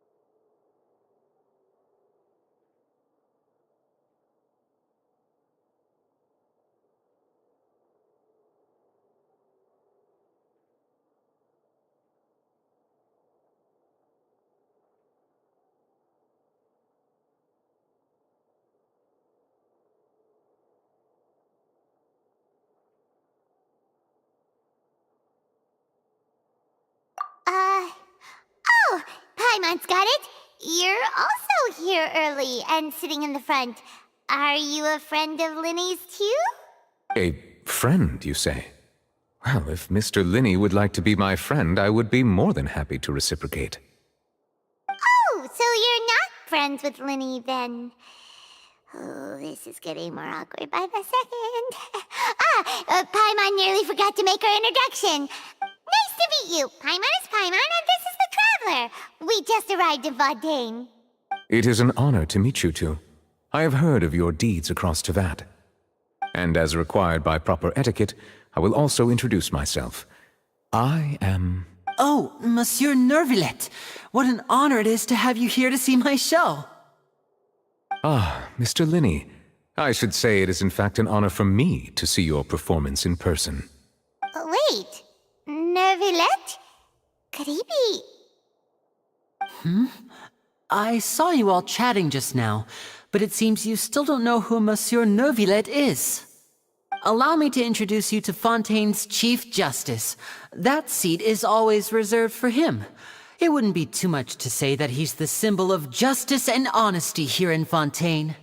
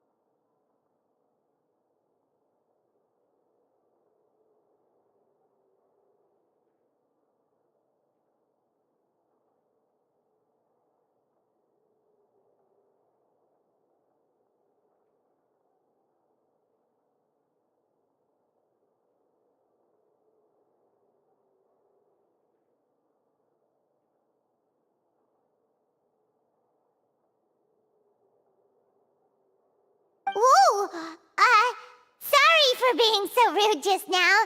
Paimon had no idea you were such an important person. No offense taken. Being Chief Justice is merely what I do for work. Nearly every person has their usual reserved seat, so I'm not so special, really. And by the way, I should probably let you know, even though I would prefer not to, there's someone sitting up there in the VIP seats that has been striking a pose for quite a while now.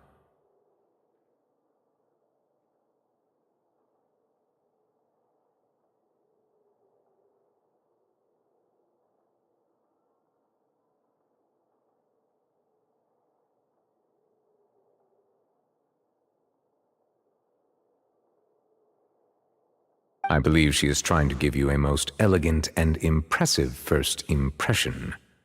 So I think you should take notice of her sooner rather than later, otherwise she may become flustered.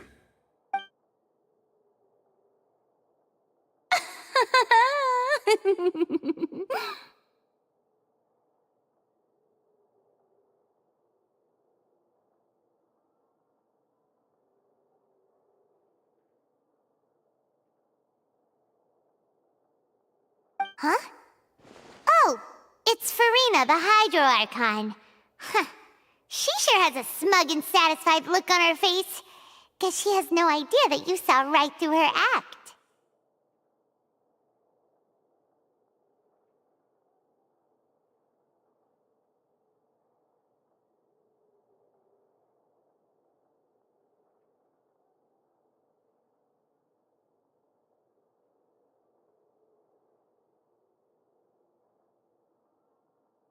Very good. That is for the best. No need to pay her any more attention. We may now enjoy the show. Huh? So is this what things are like between the Chief Justice and the Hydro Archon? All right, please wait just a moment longer. I've pretty much finished my preparations, and the performance will start as soon as the audience has made their way to their seats. Yay! The show's finally about to start! Paimon can hardly wait! Paimon's never seen a real live magic show before!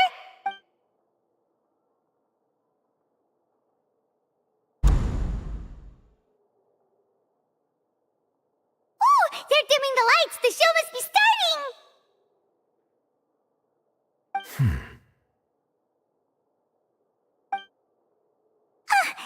Sorry. Paimon will try to stay quiet. Welcome, one and all, to the Opera Epiclese. I am the star of today's show, Linny. And over here is my sister, Lynette, who will be working as my wonderful assistant. Please, let's give her a warm welcome. Hello, everyone.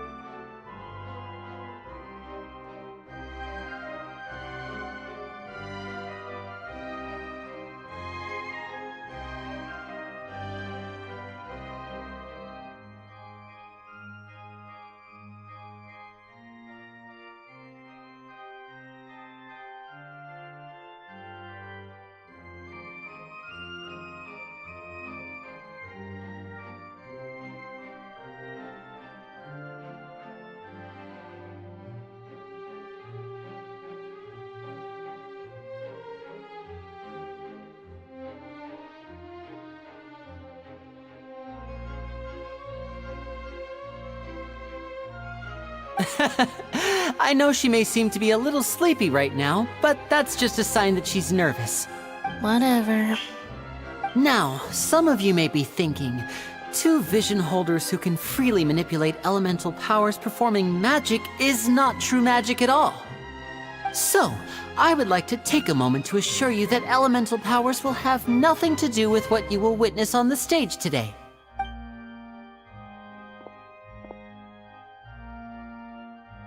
both Lynette and myself have removed our visions for the show. That way, even the gods won't be able to help us. Oh, good point. That's what makes the show real magic. Now, without further ado, let the show begin. Lynette will now exit the stage to make some preparations.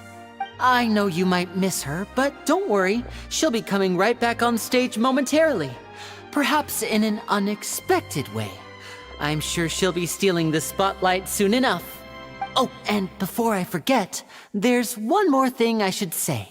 You never know what can happen in the blink of an eye.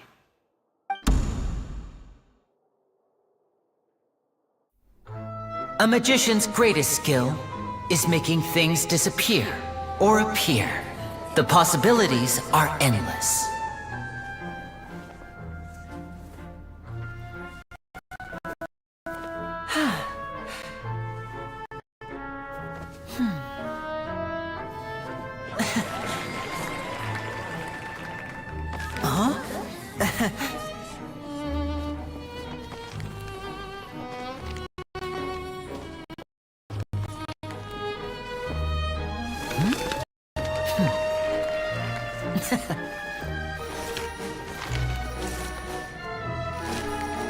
But this isn't what you came for. These little tricks, you've seen them all before.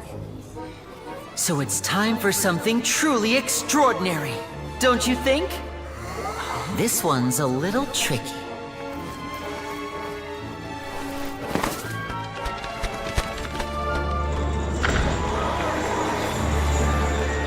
Using this water tank, I shall make my sister vanish completely, right before your very eyes.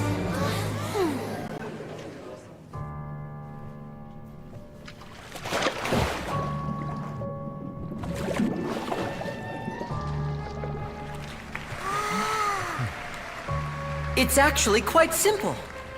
She'll just turn into air bubbles and float right out of the top.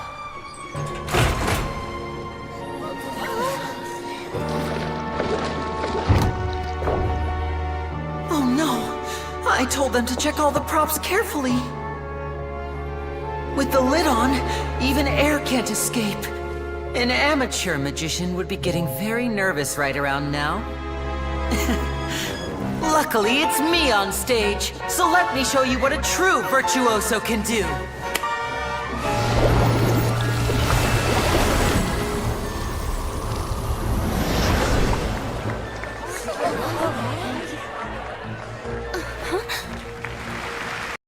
Lynette, are you still there? Don't go too far. We don't want to use up all our magic. Hi, I'm back. Uh-huh.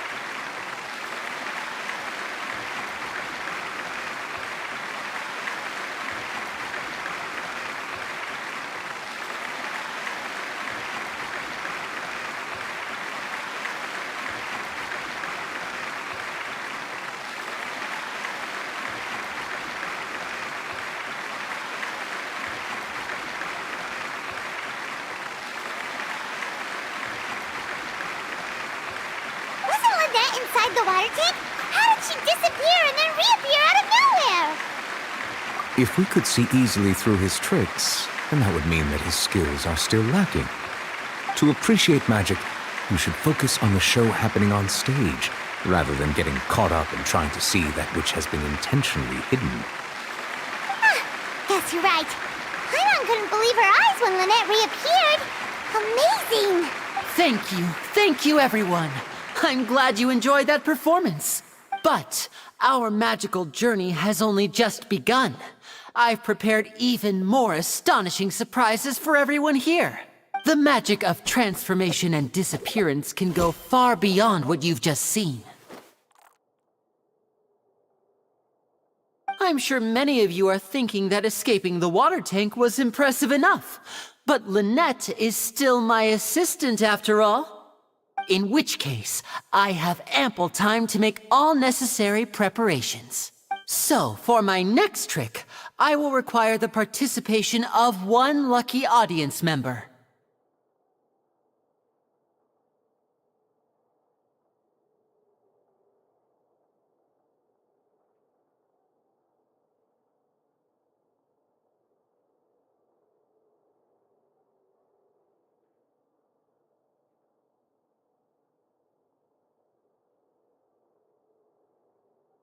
Please, if my assistants could bring out the magical boxes now.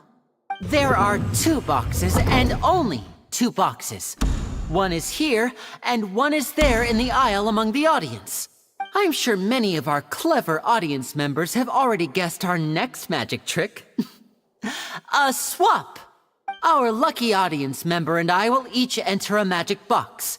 After 1 minute, we will each emerge from the opposite box.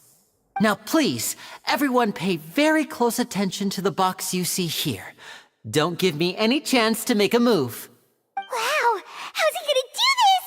Hey, do you think this is all magic tricks, or does Lenny have actual superpowers? The lucky audience member will be generated by this random number selector. It selects numbers entirely at random. Even I don't know who will be chosen to participate. Now then, let's begin.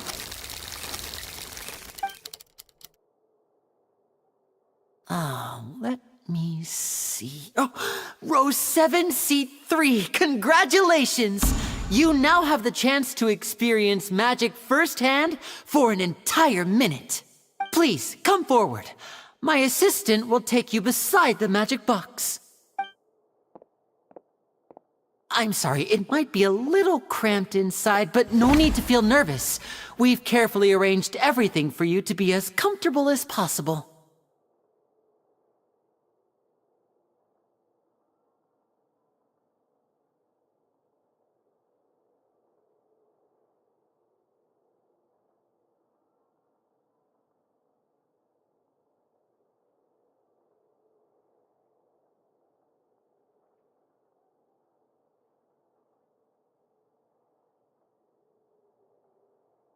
You don't need to do anything, but no matter what strange things may happen, don't come out of the box. If the magic is interrupted, who knows where you might end up? You might even find yourself in the Fortress of Meropide. Oh, okay.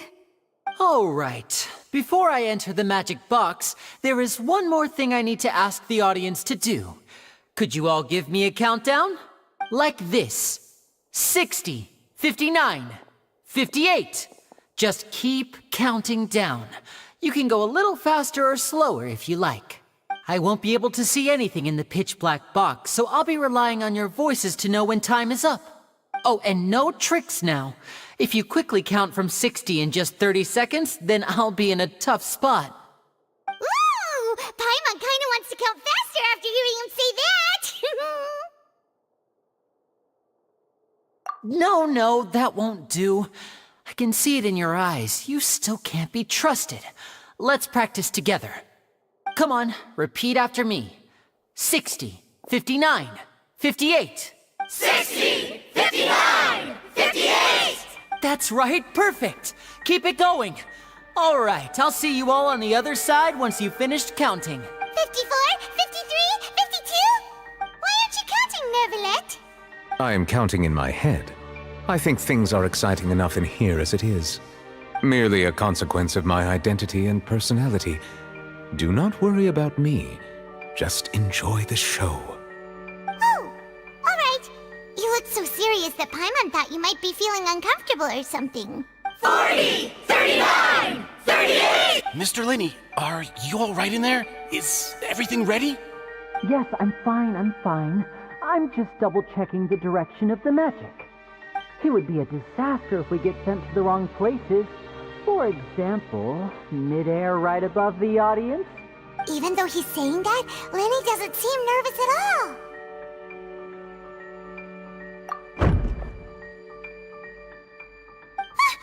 What was that noise? Did you hear it too? Not sure. Anyway, it doesn't seem like anyone's worried about it. 25! 24! 23!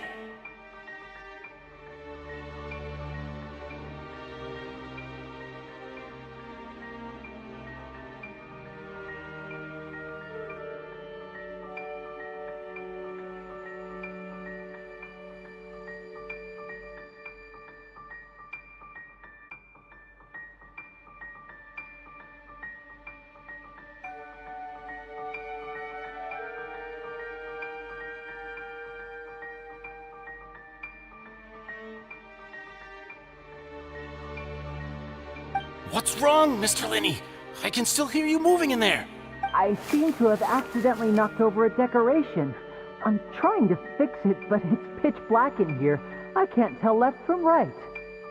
Never mind the decorations. There's no time for that. The show is what's important. No, that's unacceptable. I want my show to be perfect. Don't worry, we still have 20 seconds. Hear them counting?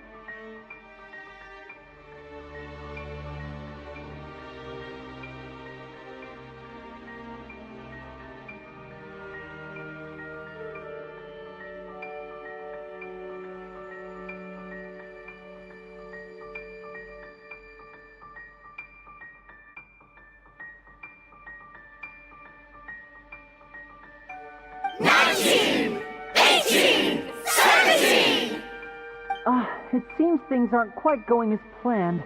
I apologize, everyone. It feels like you're all starting to count faster, but that's all right. I know it can be tiring to do such a long countdown. 10 seconds and change is still plenty of time. 10! Almost there now. Whew. Swapping two people is harder work than you might think. Even a master magician like me can't guarantee I'll get it right the first time.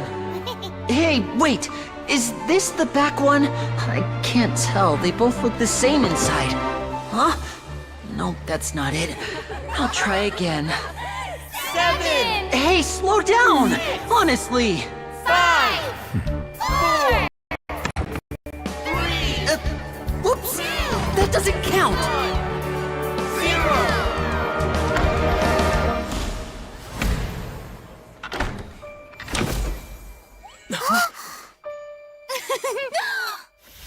Ta-da!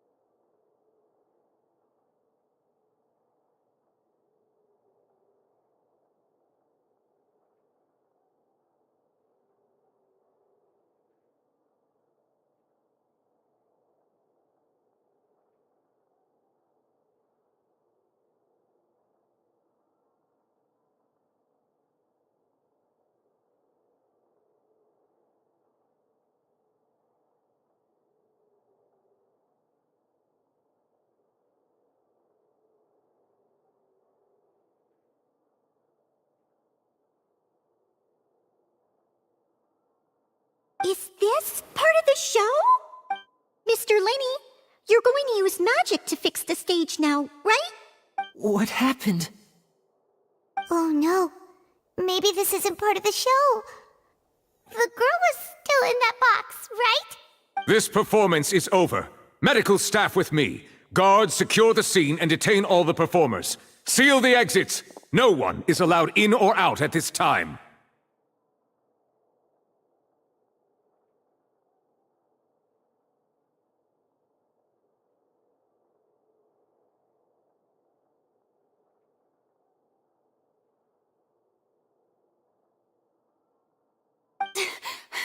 Yes, that's right.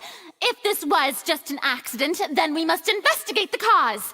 But if this was all part of some scheme, then those accountable will not escape the judgment of the God of Justice. No need to be alarmed, you two. We'll get to the bottom of this soon enough.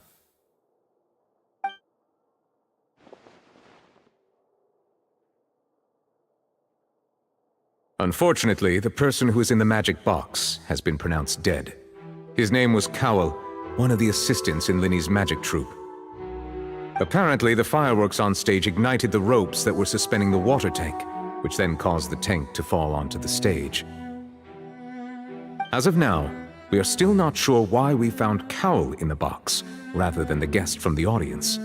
And after an initial search of the area, the guards have confirmed that the girl is nowhere to be found. It appears that this incident was not merely some mishap with the performance. And there are many indications that it is connected with the case of the serial disappearances of young women. The serial disappearances case? That's the case that Charlotte mentioned before! I know the truth. I can see through the whole thing. Really, using such a shallow and obvious mystery as his finale. Did he really underestimate us that badly? I say that our powerful magician, Mr. Linny, is now the prime suspect for the serial disappearances case. Huh? Why me? This whole thing was an accident. Oh, this all occurred during your magic show, did it not? The missing girl disappeared after being chosen, did she not? The deceased is one of your assistants, is he not?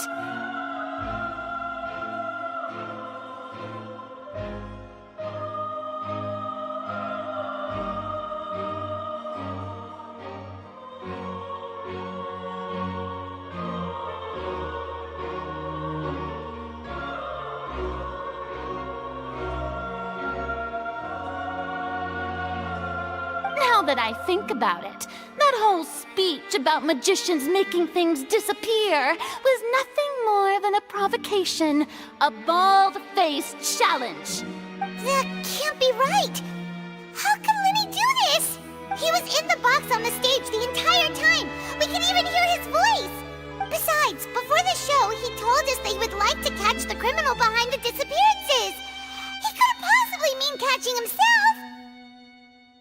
Save discussion for a later time, please. Lady Farina, may I assume that your comments just now constitute an accusation against Mr. Linny and his associates, and that you are pressing charges? Huh? I just think that I think it might be a little early to talk about formally pressing charges. But what Lady Farina said just now makes perfect sense. Looks like she's gonna personally deliver justice.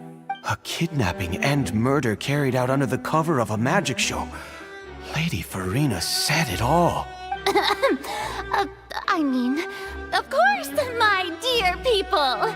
But what excites me even more than the obvious truth before our eyes is the opponent I'll be facing. That's right. I mean you, Traveler. You'll support Linny, won't you?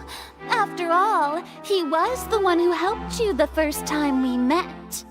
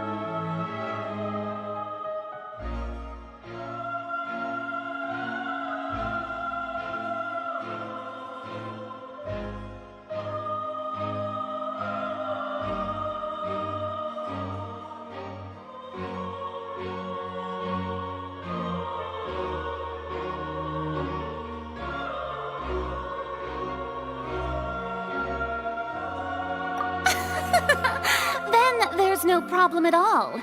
You know, the Traveler and I already had a duel the first time we met.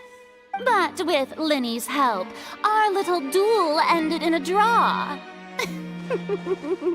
But draws really are the most boring possible outcome. So, no more draws. Between the two of us, there must be a clear winner and loser. And what better place to hold such a riveting showdown and decide the true victor than here, on the grandest of stages, the Opera Epiclese! It wasn't a draw. She obviously lost last time. I understand. Charges have now been pressed, and as such, a trial is in order. Well, Traveler, seems Lady Farina has set you in her sights. But putting her dramatic rhetoric aside for a moment, I would like to ask you...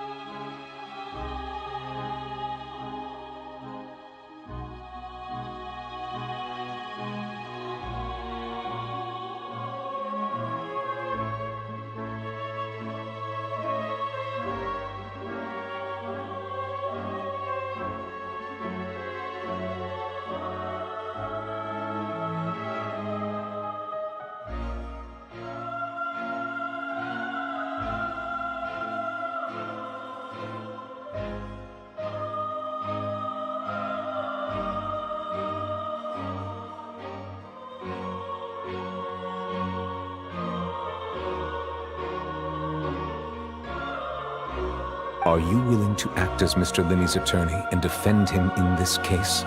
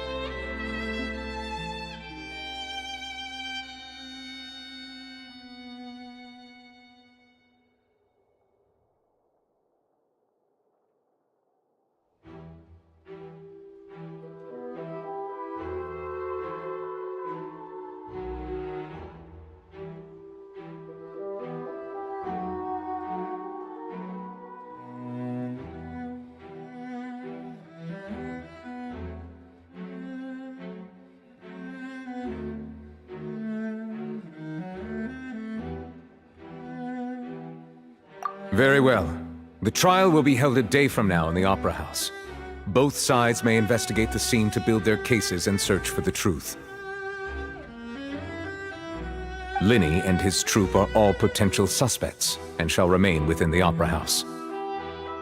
The audience may begin to leave in an orderly fashion once they have been cleared by the guards. A day isn't that long. Let's see what kind of case this big-shot outlander can build in such a short amount of time. I'm really quite looking forward to hearing it.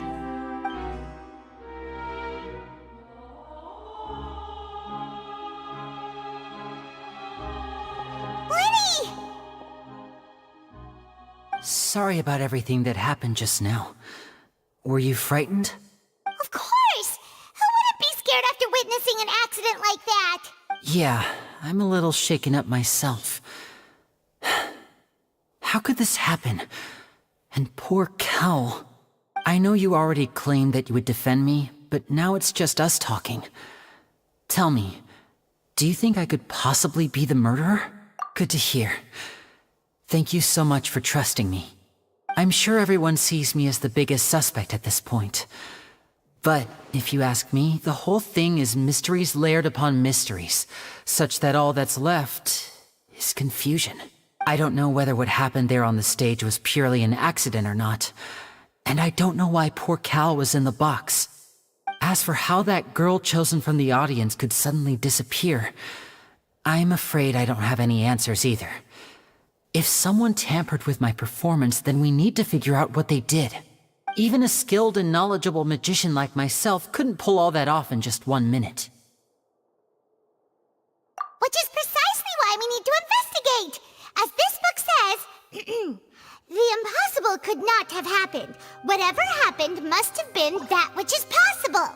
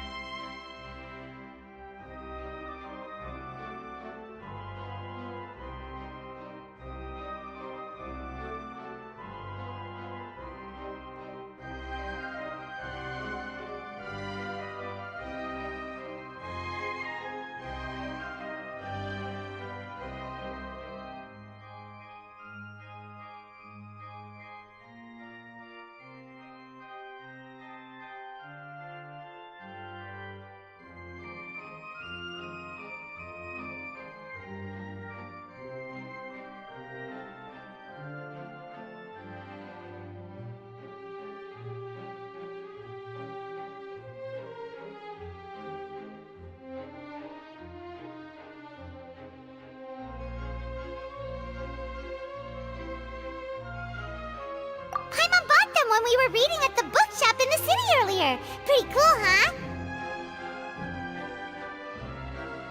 Don't worry, Paimon used her own savings to buy them. It wasn't from our travel funds.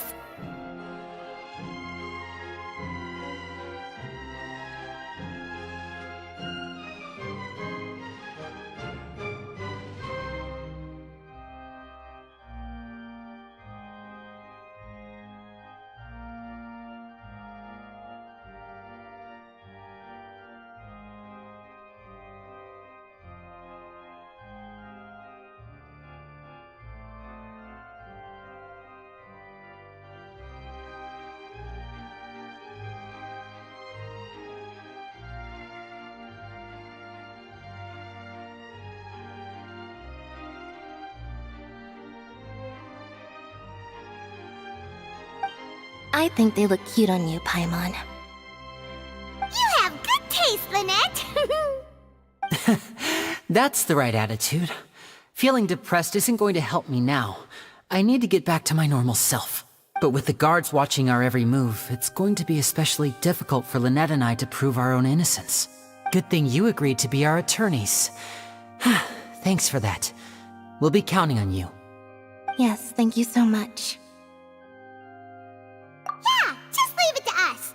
Oh, since we're going to start investigating, Paimon has a question first. Where did Lynette go during the performance? Ah, well, I'm afraid that would involve some of our essential trade secrets as magicians. The secrets behind our magic are past saving, Linny. I suppose you're right. The truth behind our tricks is going to be important evidence that will be weighted during the trial. 'Tis truly a pity. As a magician, our magic show is a work of art. We've poured countless hours and spared no effort in perfecting it. But if revealing our secrets will help you uncover the truth behind what happened, then it will be well worth it. We should go somewhere else if we're going to discuss our magic tricks. We'll go speak with the guards, and in the meantime, you can go investigate the stage and the seating areas. Alright, let's go have a look while the investigation teams are still here. Detective Paimon is on the case!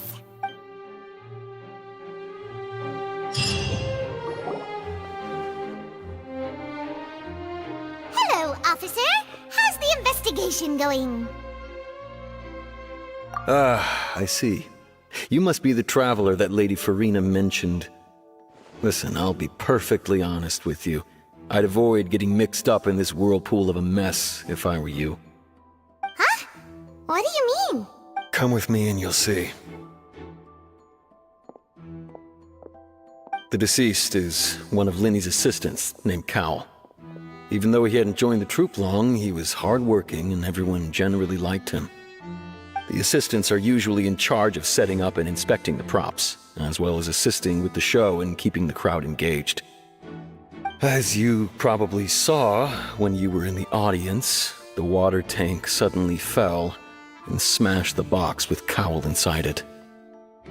This is the real mystery. We've already searched the scene and were unable to find any traces of the girl. However, if you look carefully, the box was positioned directly under the water tank.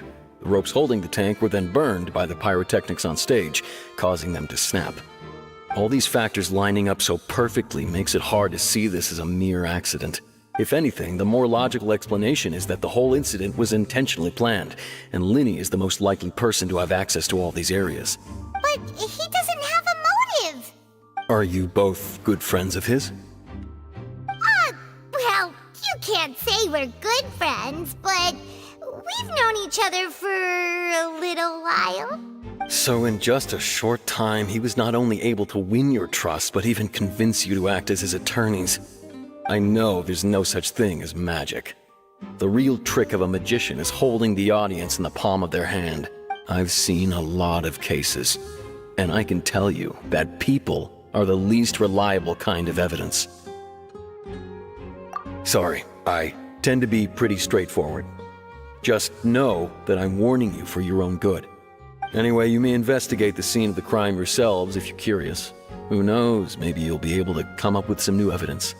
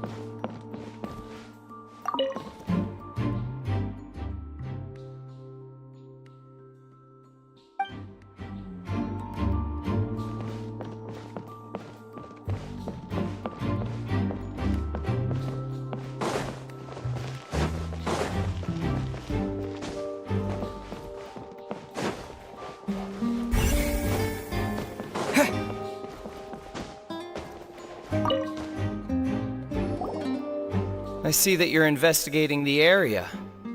Well, it just so happens that I'm interested too. If you find any new and interesting leads, be sure to share them with me, alright? We don't have too many thoughts yet. Then why don't I tell you my hypothesis first? The way I see it. And I'll start it with that loud thud. The thud?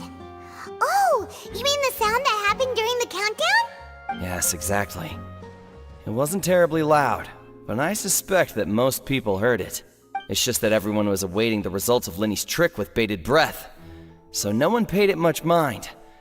But now that the incident has happened, the thud has become an important clue. That makes sense. So, what do you make of it? I'm of the opinion that it may have been the sound of Linny's accomplice, Lynette perhaps, jumping atop the water tank or something like that. And when the pyrotechnics went off, she cut the rope, sending the water tank crashing down. But wasn't the noise we heard too loud for that? Perhaps the balance wasn't right, leading to a particularly rough landing. Oh, that's true. I suppose I must reconsider. That does remind Paimon, though. What was with that sound?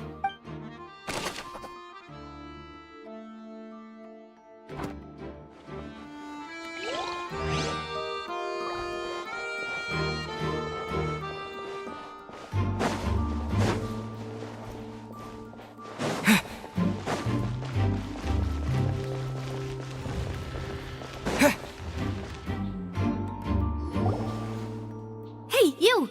Yes, both of you! Over here! I've been keeping an eye on you for a while now.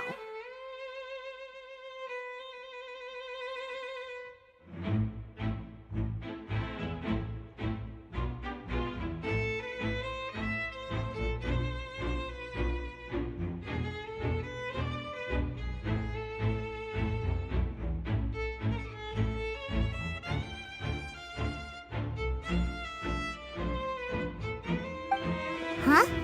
You mean us? That's right. If I'm not mistaken, you're also among those who wish to cut down the thorns and pursue the truth. No? And by the looks of it, you're not from Fontaine. Well, you're right on the moor about that one, but who are you?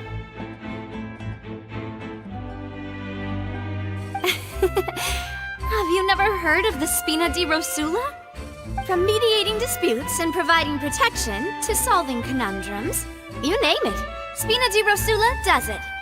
And I, Navia, have the honor of being its renowned president.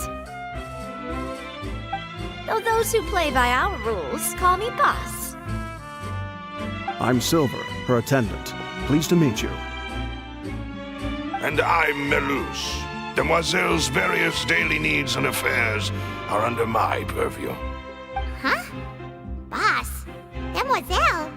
What gives with the names? Well, I am the second generation president. Melus and the others are still used to my previous title. My apologies, Demoiselle.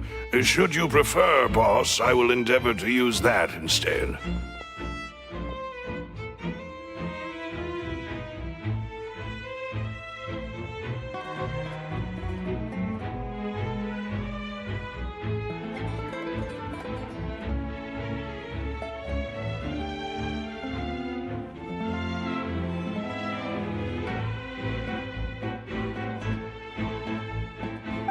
No need. You don't have to call me boss. Just Navia is fine. Okay, if you say so. Not that we're members of Spina di Rosula anyway.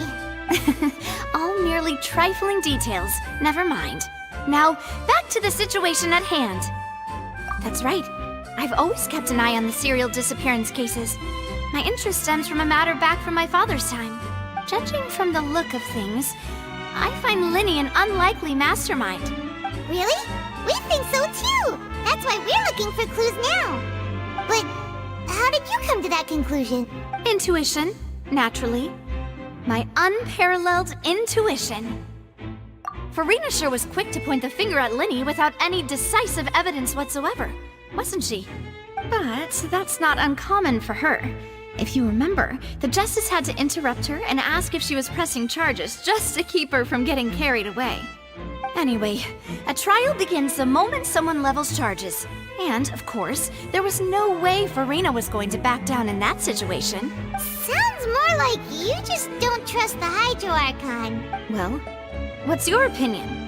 I must admit that she can be interesting at times, but liking her doesn't mean that I'll blindly agree with her. All right, I've answered your question. Now, it's time you answer mine.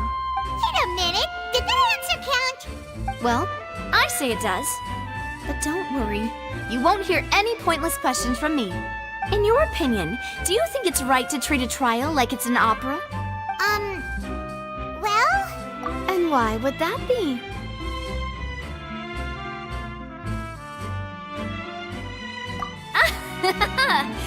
See, Silver and Maloose?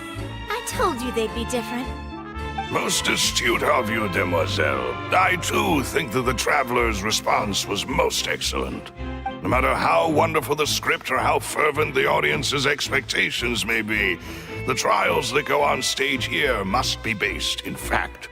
And if that can be done, boss, then... All right, that's quite enough, Maloose. Anyway, I like your answer. You passed with flying colors. Now, I need to make some preparations, following which our joint investigation shall commence. You two shall be my assistants. Wait! Since when did we become assistants? Oh, well, I can be the assistant, sure. Or your companion, if you like. I'm really not that fussy. That's more like it.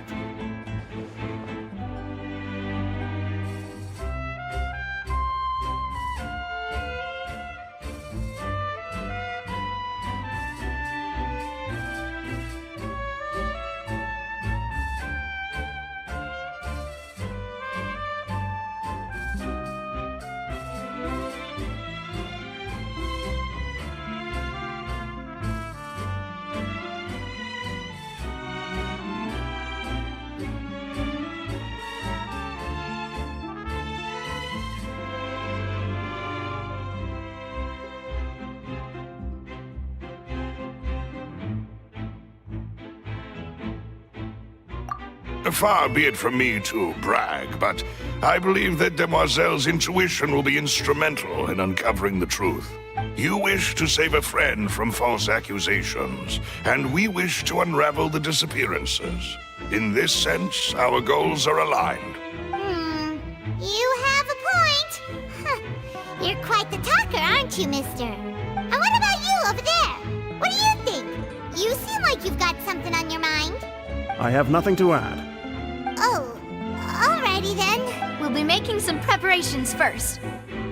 Just be sure to let us know if they start revealing Linny's tricks. Thanks!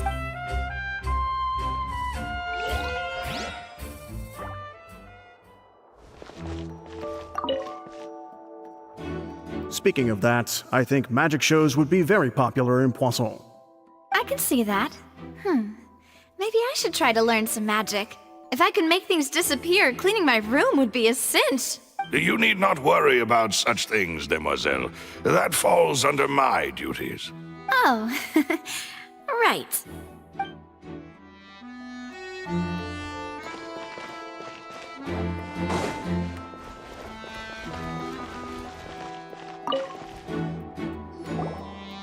Sorry, but no one can freely enter or exit the Opera House at the moment.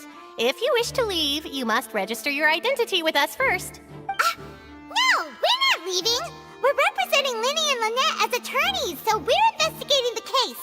Were you always guarding this entrance? Yes. After the Chief Justice gave the order, everyone coming in or out must undergo a strict inspection. So, the missing girl couldn't have left from here. At least, Not from that point on. I doubt there was much opportunity then either. How can you be so sure, Well, because I was in charge of security near the entrance at that time. I couldn't see Linny's performance from here, which was quite a shame. Just my luck. But still, I did not abandon my post, and I stayed put no matter how loud the applause was. If someone had so much as even approached the door, I would have noticed it, let alone if they had tried to leave. We Melusines are good at that sort of thing, you know. So, it's safe to say the girl couldn't have left through here. All right, thank you for your help. This will be useful info.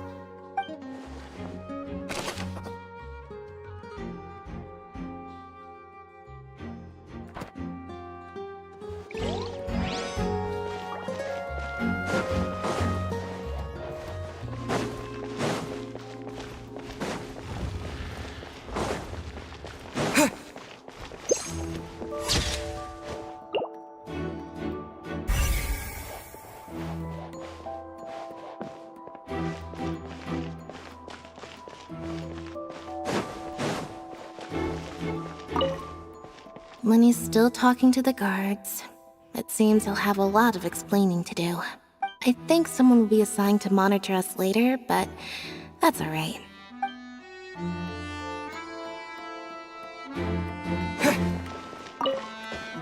Linny's still talking to the... I think some...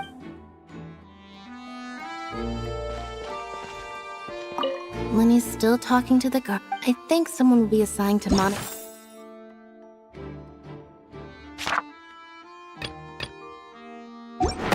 us later.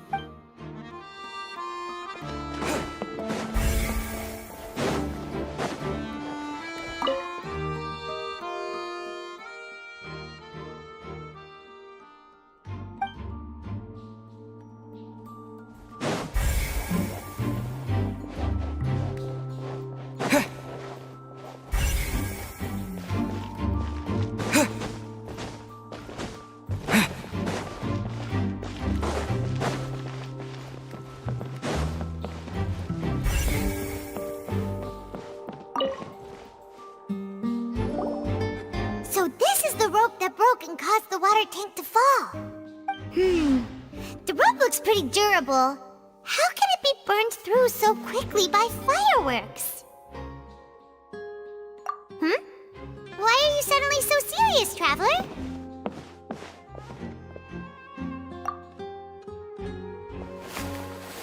Whoa! Look! This bit is made from different material!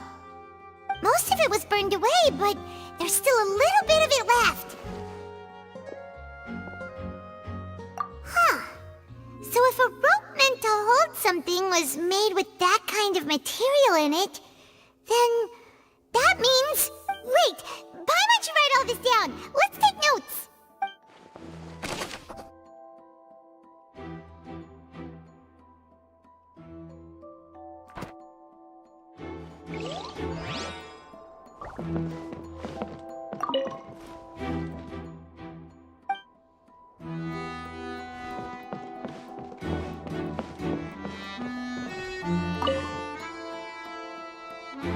Go ahead, have a look around.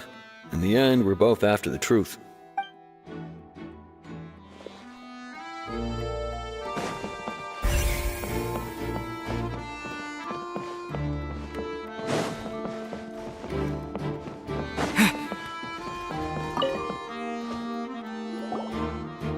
Hello there! What are you investigating? Oh, this location has also been cordoned off because the Magic Troop members are currently considered prime suspects. The investigation team is still collecting evidence. The seats were all booked in advance, so we were able to deduce the missing woman's identity by checking the guest list. Sure, it's not like this is confidential information. We will publish it later anyway when we petition the public to help us find the missing person. Her name is Halsey. She's a painter from Fontaine who's made a bit of a name for herself. Apparently, she wasn't a regular at the Opera House, but she'd been feeling some pressure with her work lately, which made her decide to come see the magic show. The Magic Troop members all claim not to know her, and we have looked into her social connections. It seems that she has no personal grievances or conflicts of interest with the suspects. Simply put, she wasn't related to the magic troupe at all, which matches the features of the previous serial disappearances. Were the victims of previous cases also chosen at random? That's how it seems to us, in any case. Apart from the fact that they were all young women of around the same age range, there really weren't any other connections between them. Okay then. No need to be so formal. If you do happen to see the missing girl, please be sure to contact us. It is of utmost importance that we get to the bottom of these disappearances.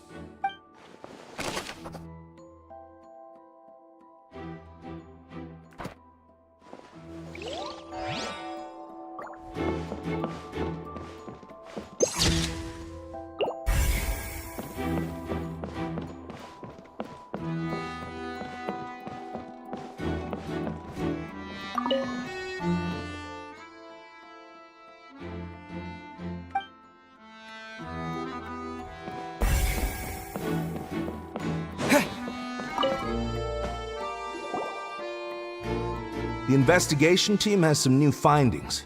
Turns out there's an issue with the random number selector after all. See, I told you. What if the machine picked some big guy's seat? You think the murderer would have still made his move then? Sorry to interrupt, but we're helping Linny and Lynette with their side of the investigation. What were you saying about the number selector? There's something wrong with it? You're trying to help them? That'll be a tall order. Linny used the machine to pick a random member of the audience during his performance, right? The lucky girl that later disappeared. Well, we thought there might be a serious problem with the machine. It turns out that the seat number it picked wasn't random at all. The machine picks that same number every time. I'm sure you already know that you have to make a reservation in advance to get a seat, regardless of whether it's a trial or some performance. In other words, Linny knew who would be sitting where from the very beginning. That much checks out. Linny reserved our seats for us too. Bet you see why I was saying it'd be tough to make a case for Linny. Even though it's bad for Linny's case, Paimon had better write it down.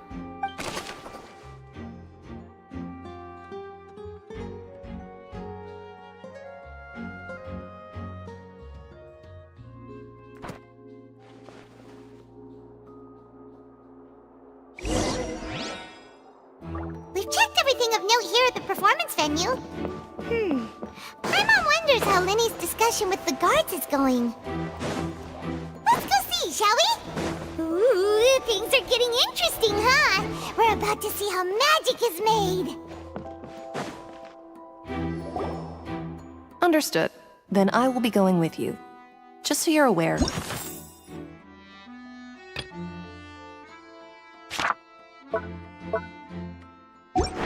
I will be monitoring your actions and making notes as necessary. Very good. Thanks for being so agreeable. I'd pull a rose out of my hat as a gift for you if I could. You may spare the pleasantries. I'm just doing my job. You've arrived. Who's this? Me? I'm Spina di Rosula's guardian angel. If you've got a problem, I've got the firepower. Sorry, I got a little carried away there. Call me Navia. I'm a partner of theirs, and will be helping investigate this whole situation. And these are my companions. Would you mind if they join as well? Fine by me. Oh, new helpers? I would be most grateful.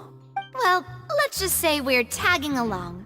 It's not every day you get to see the secrets behind magic performed on such a large scale.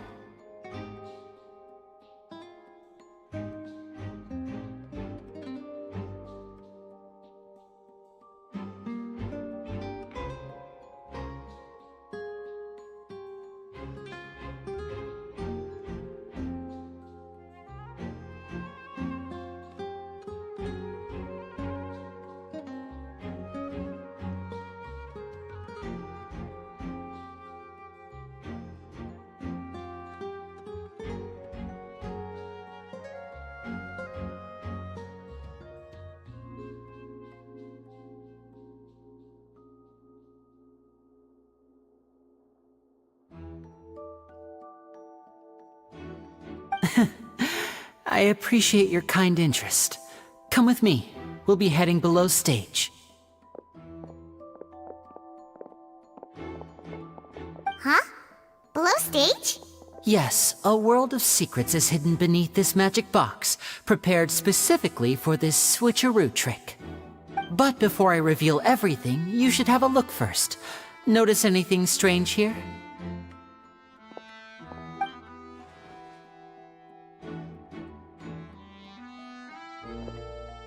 I'm not trying to be dramatic. Remembering the details of a trick will help you understand the methods used to perform it more easily. Huh. Weren't there balloons and other decorations here? Where did all that go? Ah, good eye. That said, you're still far from discovering the answer. The back? You mean the inside of the door? What's different about it? Paimon didn't notice anything. Very good indeed. I thought you might not be able to catch that, given that you were sitting in the first row. The back of this door was patterned. Those patterns are now gone, replaced by a smooth wooden board. So, if you put 2 and 2 together, what do you get? Exactly. All right, let's go. I'll tell you how it works as we head down.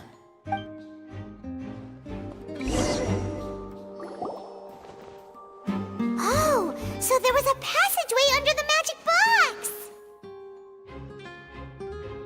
box! I knew you'd figure out most of it as soon as you saw this place. The 2 magic boxes are positioned right above the 2 entrances of the tunnel. See this flatbed trolley? The box with the lucky audience member in it would be shuttled over to the other side using the trolley. This trolley can raise and lower and even rotate, ensuring that the box will face in the right direction. I see. So that's the purpose of the box inside another box. Precisely. The inner box would descend after the audience member was put inside and be moved along the trolley, all while the outer box would remain on stage as if nothing had ever changed. So that's how you did it! Once the box was lowered, the trolley would store some energy through this device here, with which it would complete the rest of the steps. The audience member would only be able to feel some slight movements in the dark, and by the time she walked out, she would already be back on stage. Right! You were talking that whole time, and you even came out for a moment near the end! Ah, yes. A phonograph operated by Lynette was used to achieve that effect. My assistant and I had already scripted our conversation beforehand. When the countdown began, I had already gone to the opposite box via a tunnel using that ladder. And what about Lynette? Where was she? I was in the mezzanine space in the back of the box. Oh, interesting!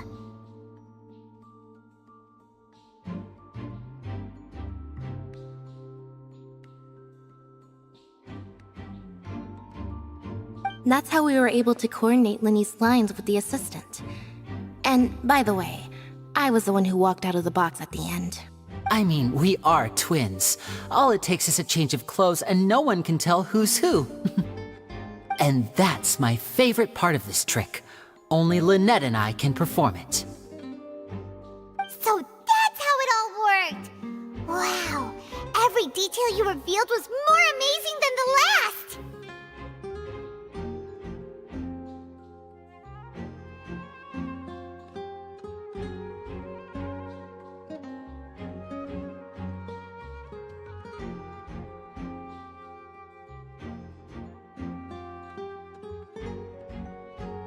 Lynette would briefly walk out of the box and then go back in, jumping into the tunnel and escaping before the box on the trolley could finish ascending.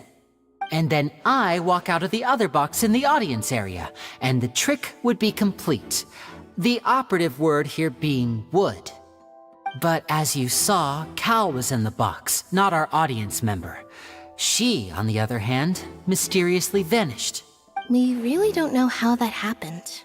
If not for that interlude, this would have been an astonishing trick. I probably never would have figured out how you pulled it off. And yet, to think that someone was able to use this magic trick to commit a crime. Could we have a look around? I think we can come up with some more leads. This is the scene of the crime. so Linny and Lynette are not permitted to stay here. I'll escort them back up. Yes, of course. No need to be so strict now. I won't disappear into thin air, you know. Thanks, everyone. We're counting on you.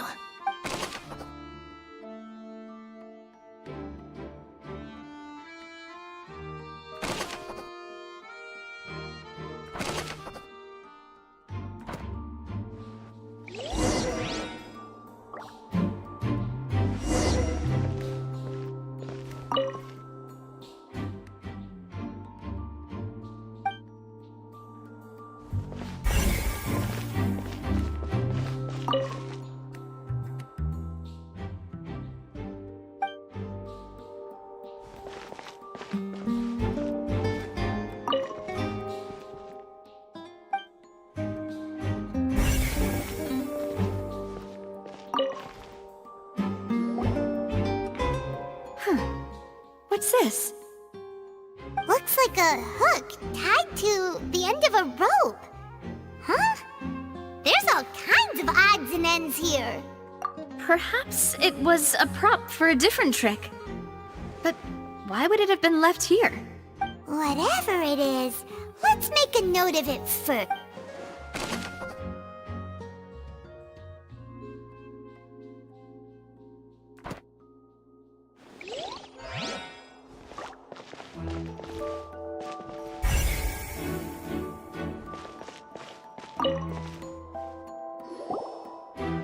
Oh, these are the clothes that the lady chosen from the audience was wearing, right?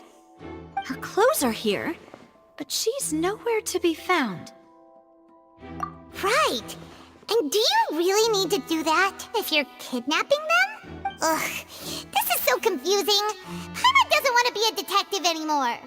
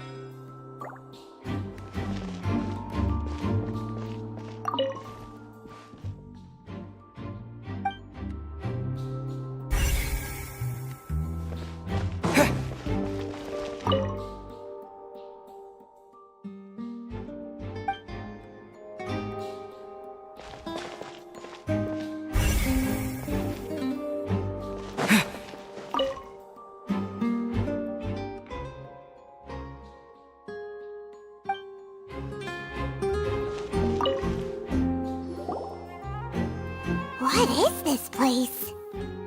It seems someone could fit through here. Huh. Could this have been the suspect's escape route?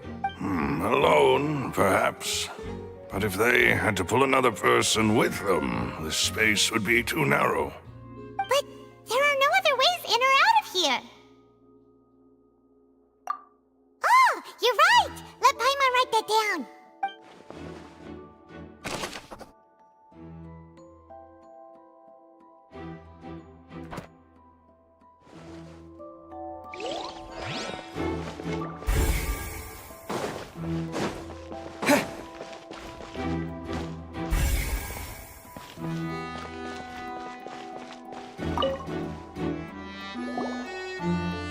The floor is wet. Please be careful not to slip. Speaking of which, why would there be water here? Oh, Paimon knows! It's one of those tricks where you pour water into a jug and then flip the jug over only for the water to disappear? And here's a broken vase. Huh. Did the trolley knock it down while moving? That can't be. The trolley moves along tracks from start to finish. It couldn't have hit the vase at this distance. Let's note this down too and think about it later.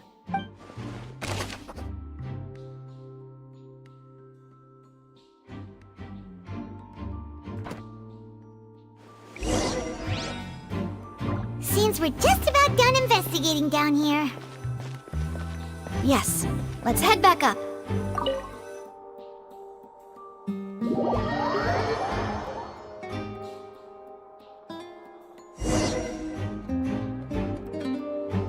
Well, we've ascertained the state of the crime scene. Let's find a place to sort out our findings once Malouse returns. It seems to me that there are several things that don't add up here. Apologies for the wait, demoiselle. So, what did the guards say? Did the criminal escape through the vent? They believe the odds of that are very low, since the vent leads to the Opera House's basement. The guards have checked the area carefully. No one left through the basement during the performance or after the incident, and no one was found hiding there. So the tunnels become like a secret chamber then! You know, like the kind you usually see in novels! The plot thickens. Halsey's disappearance and Cowell's death are both quite inexplicable. No wonder Farina was so confident in her accusation. All the current evidence points toward Linny and Lynette. In other words, the charges are very likely to be upheld unless we make some considerable progress. Charges and then trial. So if the charges are upheld, they'll announce a sentence? That's right. This is how a trial goes in the Opera House. During the proceedings, the Chief Justice and the Oratrice will hear statements from both sides. That's right. This is how indemnitium is produced. The statements from both sides, the defenses from attorneys, witness testimonies, and even the audience's emotions will all be projected on the Oratrice. To put it simply, it's as if the Oratrice has its own will, and is a judge in its own right. This also precludes any kind of favoritism on the part of the Chief Justice. And not that this has ever happened anyway. Once both sides have finished speaking, the Chief Justice will make his final decision. This, too, will be used by the Oratrice as a reference.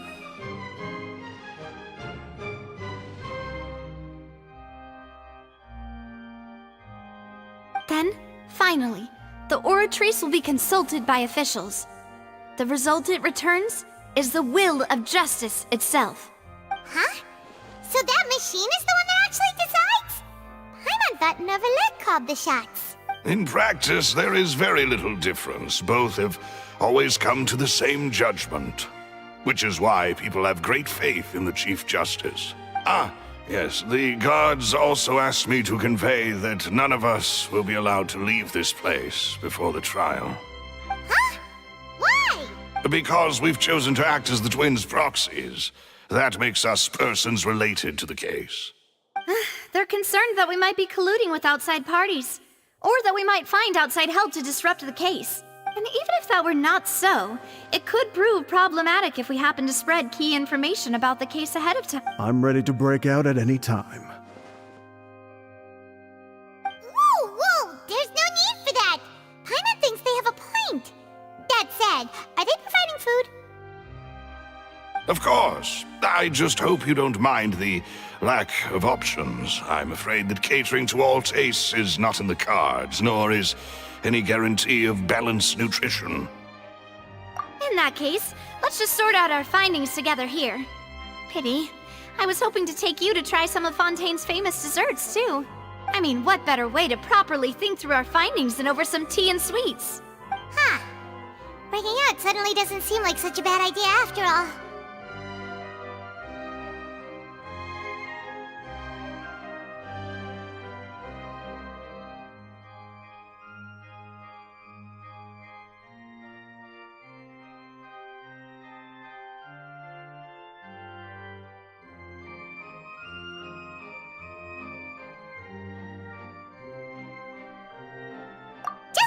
Just kidding! Paimon will still do her best, even if there are no snacks. What do you mean, no snacks? Of course we'll have snacks. If we cannot buy some, then we'll simply make some. Huh? Here? But how? Understood, demoiselle. Everyone, please come with me.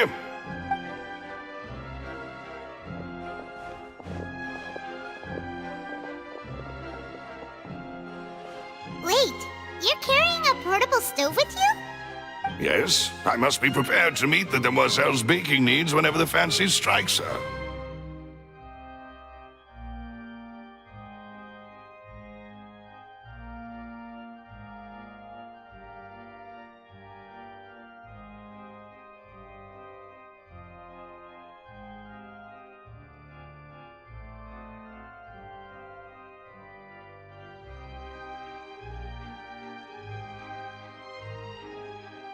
I have eggs, sugar, and almonds at the ready.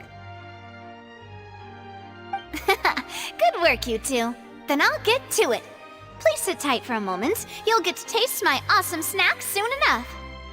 These three are quite the interesting group.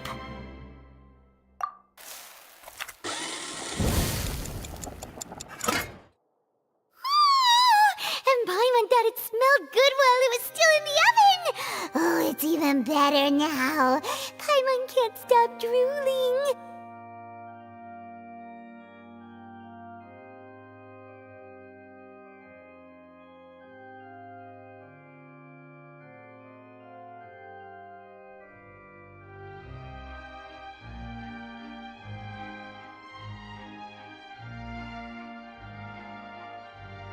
From the way you had these two guys carrying all that stuff around, Paimon thought you'd have them do more during the baking process. But you ended up doing the entire thing by yourself! Beating the egg whites, grinding almonds, everything! I was applauding.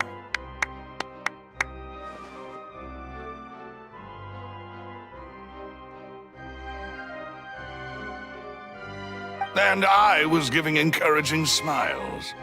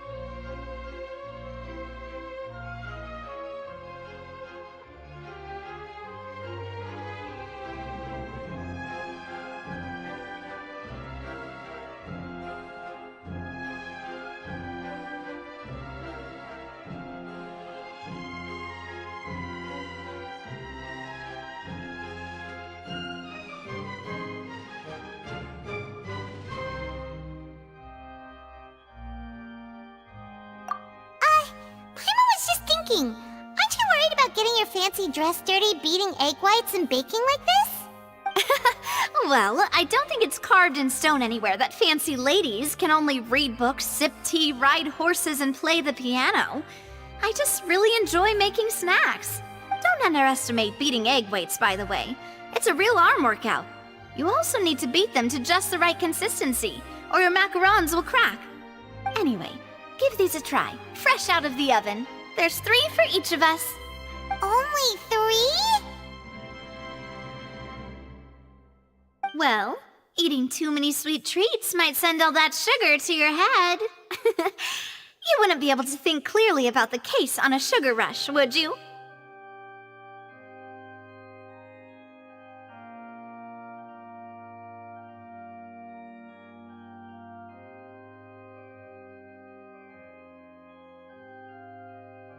Tea is ready to be served as well. This is Demoiselle's favorite, strong black tea with a floral fragrance that clears the mind and lifts the spirit. No need for concern, I'm merely doing as I should.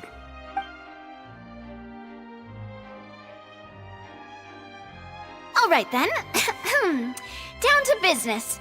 As Paimon mentioned previously, the tunnel seems to be something of a secret chamber. However, we can assume that Linny and Lynette were not alone within it. Some criminal also occupied its sealed confines. The magician twins could have committed the crimes, of course, but they lack any logical motive. Exactly! Why would they do such a thing right when everyone was watching? The flower vase and the thud we heard during the performance could indicate some altercation between Halsey and the criminal in the tunnel. resulting in the shattering of the vase, the discarding of her clothes, and her abduction. Perhaps the criminal thought that since she was chosen from the crowd, she would be too easy to identify if she was still wearing the same clothes. Paimon thinks that makes sense, but the real trouble is... True. None of the clues we found thus far support the existence of this third person.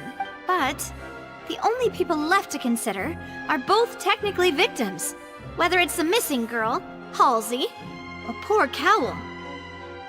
Huh. Could Halsey have secretly made modifications to the magic props in order to murder Cowell before making her escape? That's right. And even if she had tampered with the setup, she would need to understand the entire trick to pull it off. Nor does she have any motive. The guards said that she has never had any dealings with the Magic Troop's members. Were we not thorough enough in our search? From the sound of things, this is turning into an impossible case. Your macarons are amazing though, Navia. They smell great! They're nice and crisp and super sweet! They are my specialty after all. And I see you've already had 5 of them. What? 5? Oh, that can't be right! Paimon only counted 3, honest! Please don't worry about it. At my age, a few less sweets might actually be a good thing. No! Being greedy is one thing, but Paimon knows how to count. Besides, Paimon knows that if she ate too many, then others wouldn't have enough. Wait, even you don't believe Paimon? How could you? If Paimon ate those 2 extra macarons, then may they turn into stone in her stomach!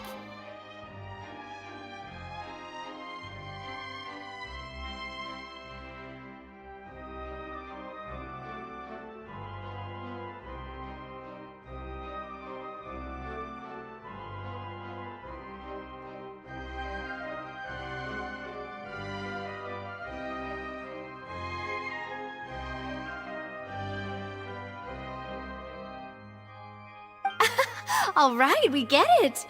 Well, I suppose one of us might have gotten too engrossed in our chat and eaten them by mistake. No big deal. Maloose, set up the stove again if you would. Huh? What are you doing? Making sure everyone gets 3 macarons, of course. Exactly. We don't want to trouble you. As you wish, demoiselle. And I have the egg, sugar, and almonds. Well, this really is your hobby, huh?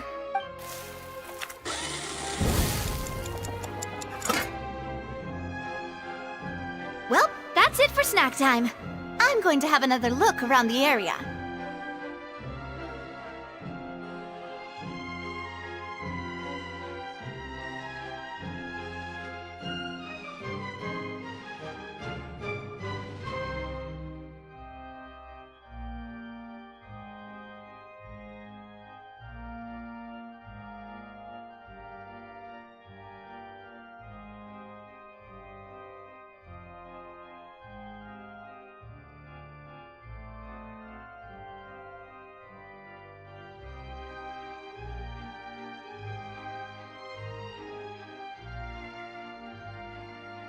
I don't know what we're looking for yet, but we've still got some time. As attorneys, I suggest the 2 of you think the case over again. It would be awkward if you got all tongue-tied on stage during the trial. All right, thanks for your help, and for the snacks. It was nothing. A small task for the Spina di Rosula. Silver, Maloose, it's time to go. I'll be back if I find anything new.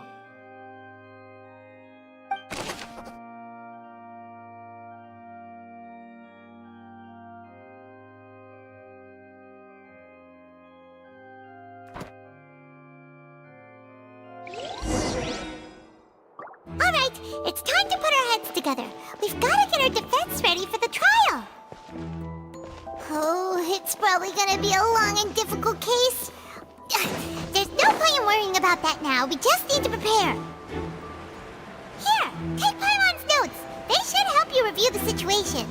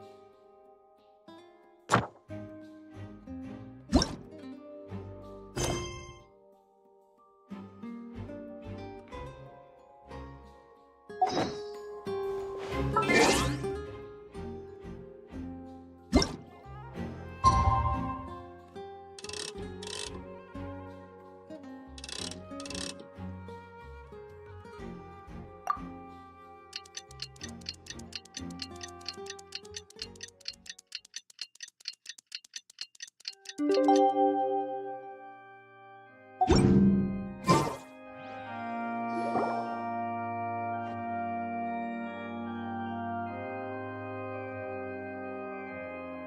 we do? The whole situation is so confusing. Good plan. Impossible things don't just happen. We'll get to the truth one way or another. Just relax. Even if everyone else suspects Lenny and Lynette, at least we will be supporting them from the stands. Besides, I doubt Farina understands any more about what happened than we do. Thanks, Navia. Well, we'll be going then. Best of luck to you.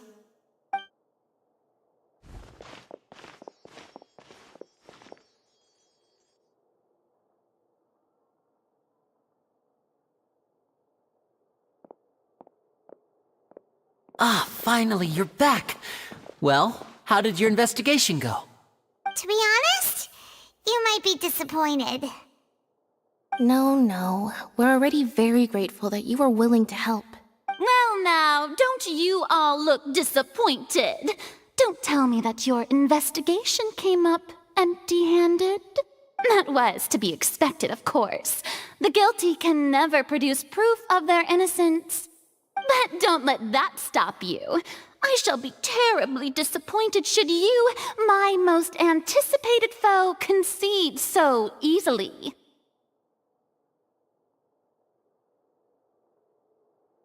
Since both parties are present, I declare that the trial regarding the magic show incident is now in session.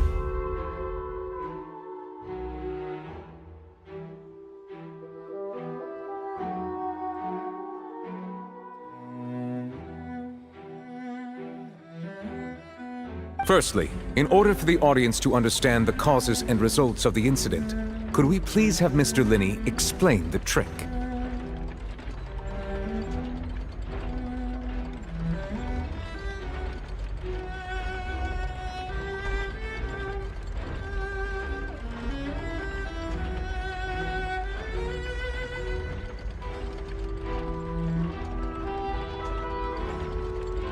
Yes, of course. I will explain while Lynette demonstrates on stage. All the necessary items have been prepared.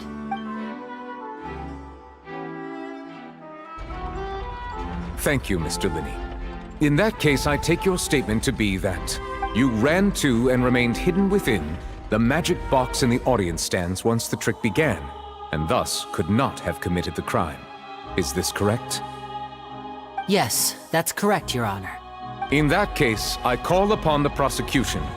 Lady Farina, do you wish to refute his statement in any way? Why, of course I do. Allow me to take the first shot and break this case wide open. Mr. Linney is clearly lying.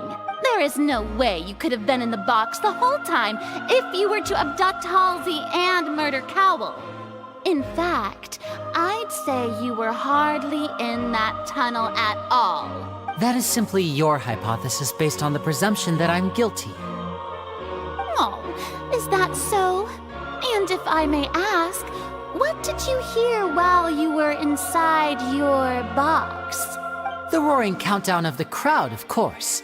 That's how I kept track of the time and built anticipation for the finale. And you didn't hear anything else at all? Nothing that might leave an impression of any kind? No, nothing. I see. But when the count reached 30 seconds or so, there was a thud. One so loud that I believe practically everyone heard it.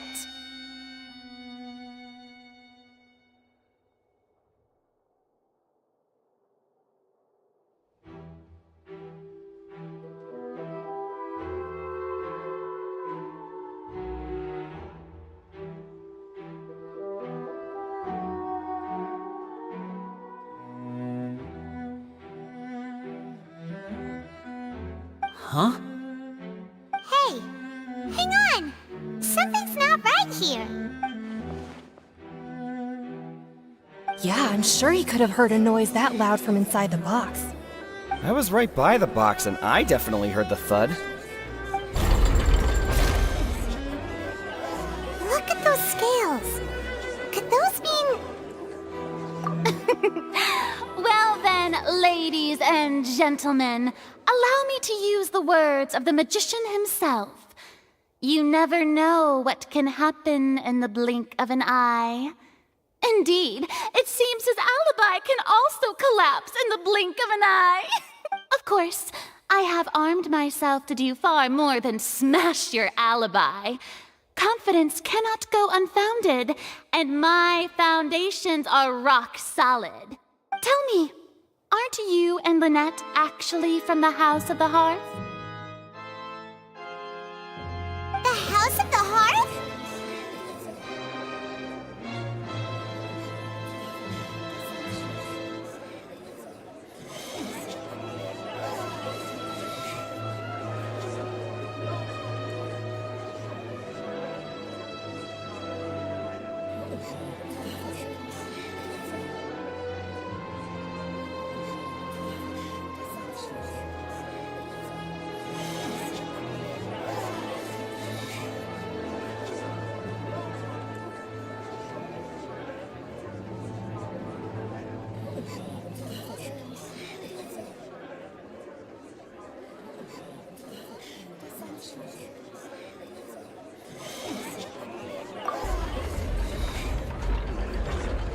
No wonder they did something like this.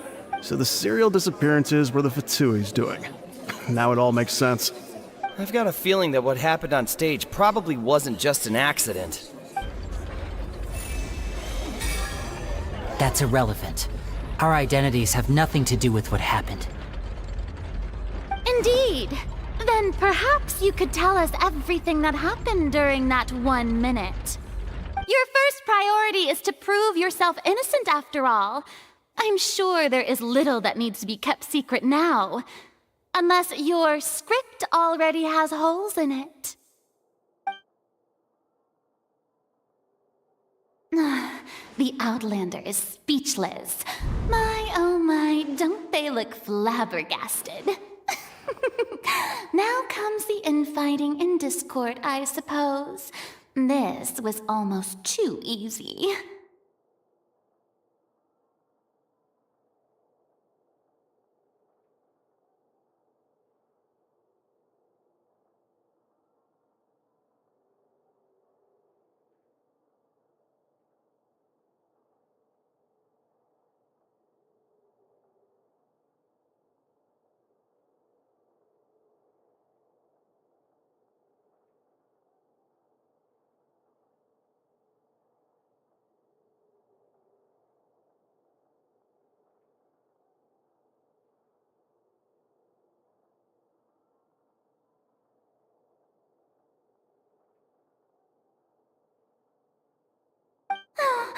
Good thing I made all those preparations. Seems the all-nighter I pulled last night is really paying off.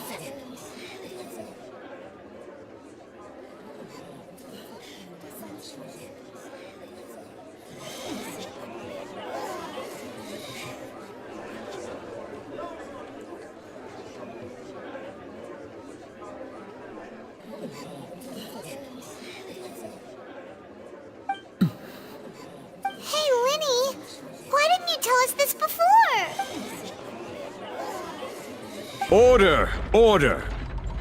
Mr. Linney, allow me to re-establish the facts. Lady Farina has raised 2 points. First, when the thud was heard in the Opera House, you were neither in the box nor the tunnel.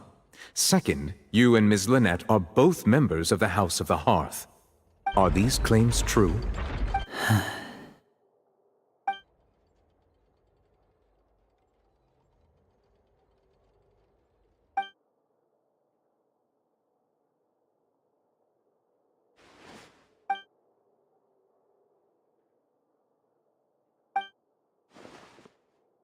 Please answer my question, Mr. Linney. I'm sorry.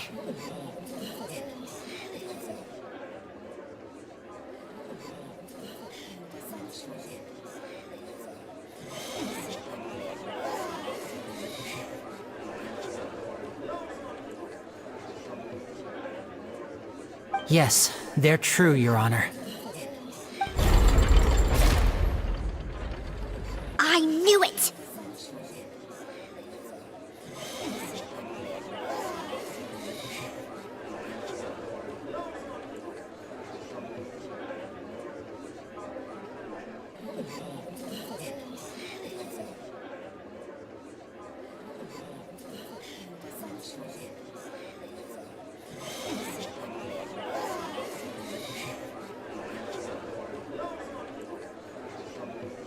Well, that's it. We might as well move on to the sentencing already. What should we do now? Granted.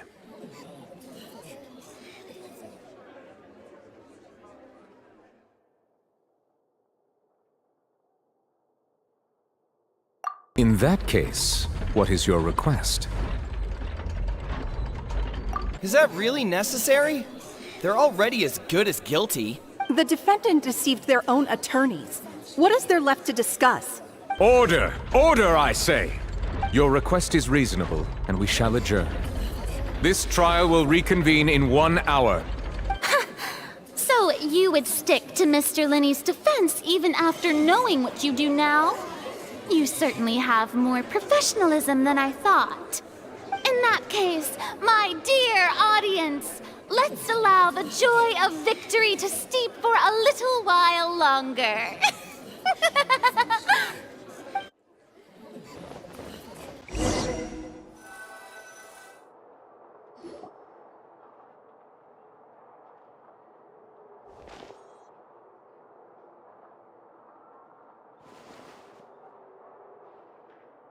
Well, this is awkward. I didn't think the Hydro Archon would dig all that up.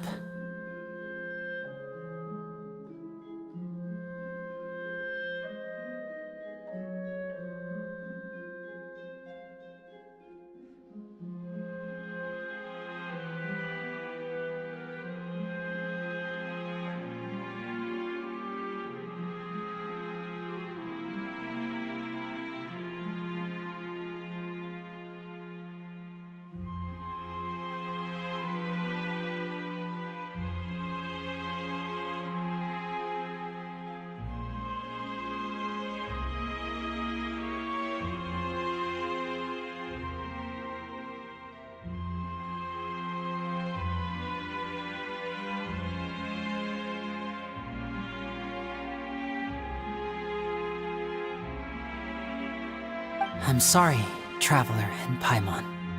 Yeah, sorry. Paimon doesn't know where to start. We trusted you two. We based our entire reasoning on the assumption that you weren't bad guys. Not to set the wrong tone or anything, but Paimon's really mad! I'm very sorry. I know you're angry, and reasonably so, but please, let me explain. I know you've clashed with the Fatui several times before. I wouldn't be surprised if just hearing the word is enough to make you upset. But our organization is very, very large, and the Harbingers have very different personalities and goals. Right now, we want to save people. As many as we can. That's right. I'm sure we're on the same page when it comes to this nation and the disaster that its people might face. I knew if it weren't for our respective identities, we could become good friends. That's why I didn't wish to flat out lie to you, but chose to hide some details instead. The truth is very important, but being completely transparent about everything would see us spending more effort than we need to. Right. So, you be the judge. Heck, if I were you, I fear that I'd even struggle to trust me at this point. You met a Fatus who works as a magician, a trickster by trade. All by coincidence, too. But still, I'm asking you to trust me. I am no criminal. At least, not in this case.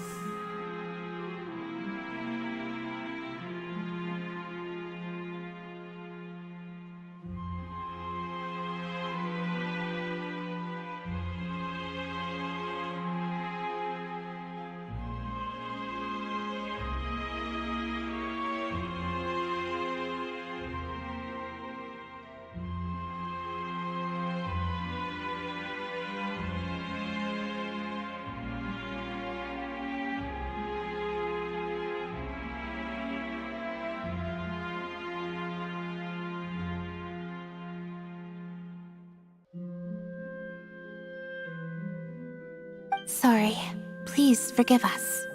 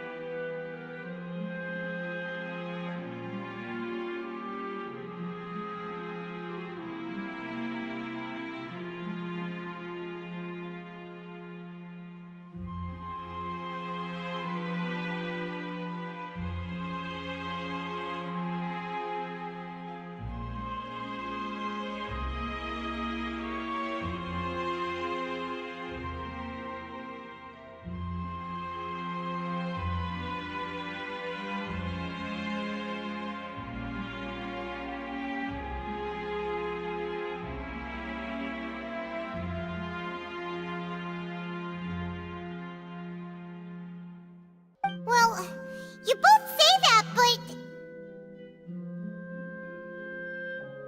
Right. Let's hear your answer first, and no lies now! Of course. I'll answer any question you ask. We've been trying to find out how the Oratrice operates. We want to know why it has a consciousness. Why can it deliver sentences accurately? During our investigations, we learned that the machine's core is beneath it. From that moment on, Lynette and I have been designing this box swap trick with the objective of getting close to the core. Is that why you needed a whole minute? That's right. In truth, the audience would take about 75 seconds to count down from 60, while I would only need 15 to get to the opposite box.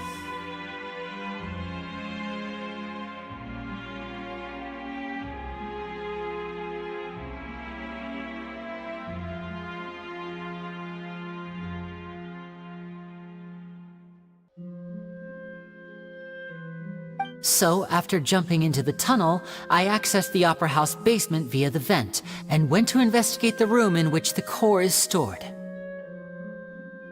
That air vent was created during the construction of the tunnel specifically to execute this step. Well, nothing. As soon as I reached that room and was about to investigate, I heard someone's voice. Which should have been impossible, of course. I was quite certain that I was the only one in the room. That voice seemed to recognize me and tried to speak to me. I chose to err on the side of caution and retreated the way I came. On the way back, I saw the broken vase and the clothes on the ground, but the countdown was almost finished, so there wasn't time to give it any thought. After that, the homicide occurred just as you saw. Well, that explains why you didn't hear the thud. Because of that prophecy I told you about, of course. We must know all we can about this nation's secrets in order to deal with that prophesized crisis. That's the only way we can save everyone. So, there you have it. The whole truth. I swear, I didn't hide anything from you this time. It was never my wish to proceed under this cloud of mistrust either. But like I said earlier, you can be the judge. If you want to leave because you don't trust the Fatui, there's nothing I can do to stop you. Well, Traveler, you decide. Paimon will follow your lead however you choose.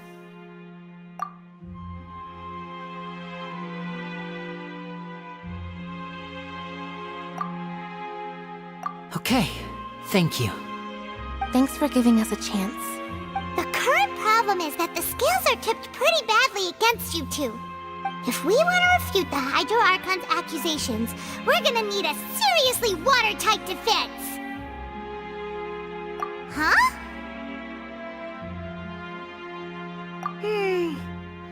Oh, Paimon thinks she gets what you mean.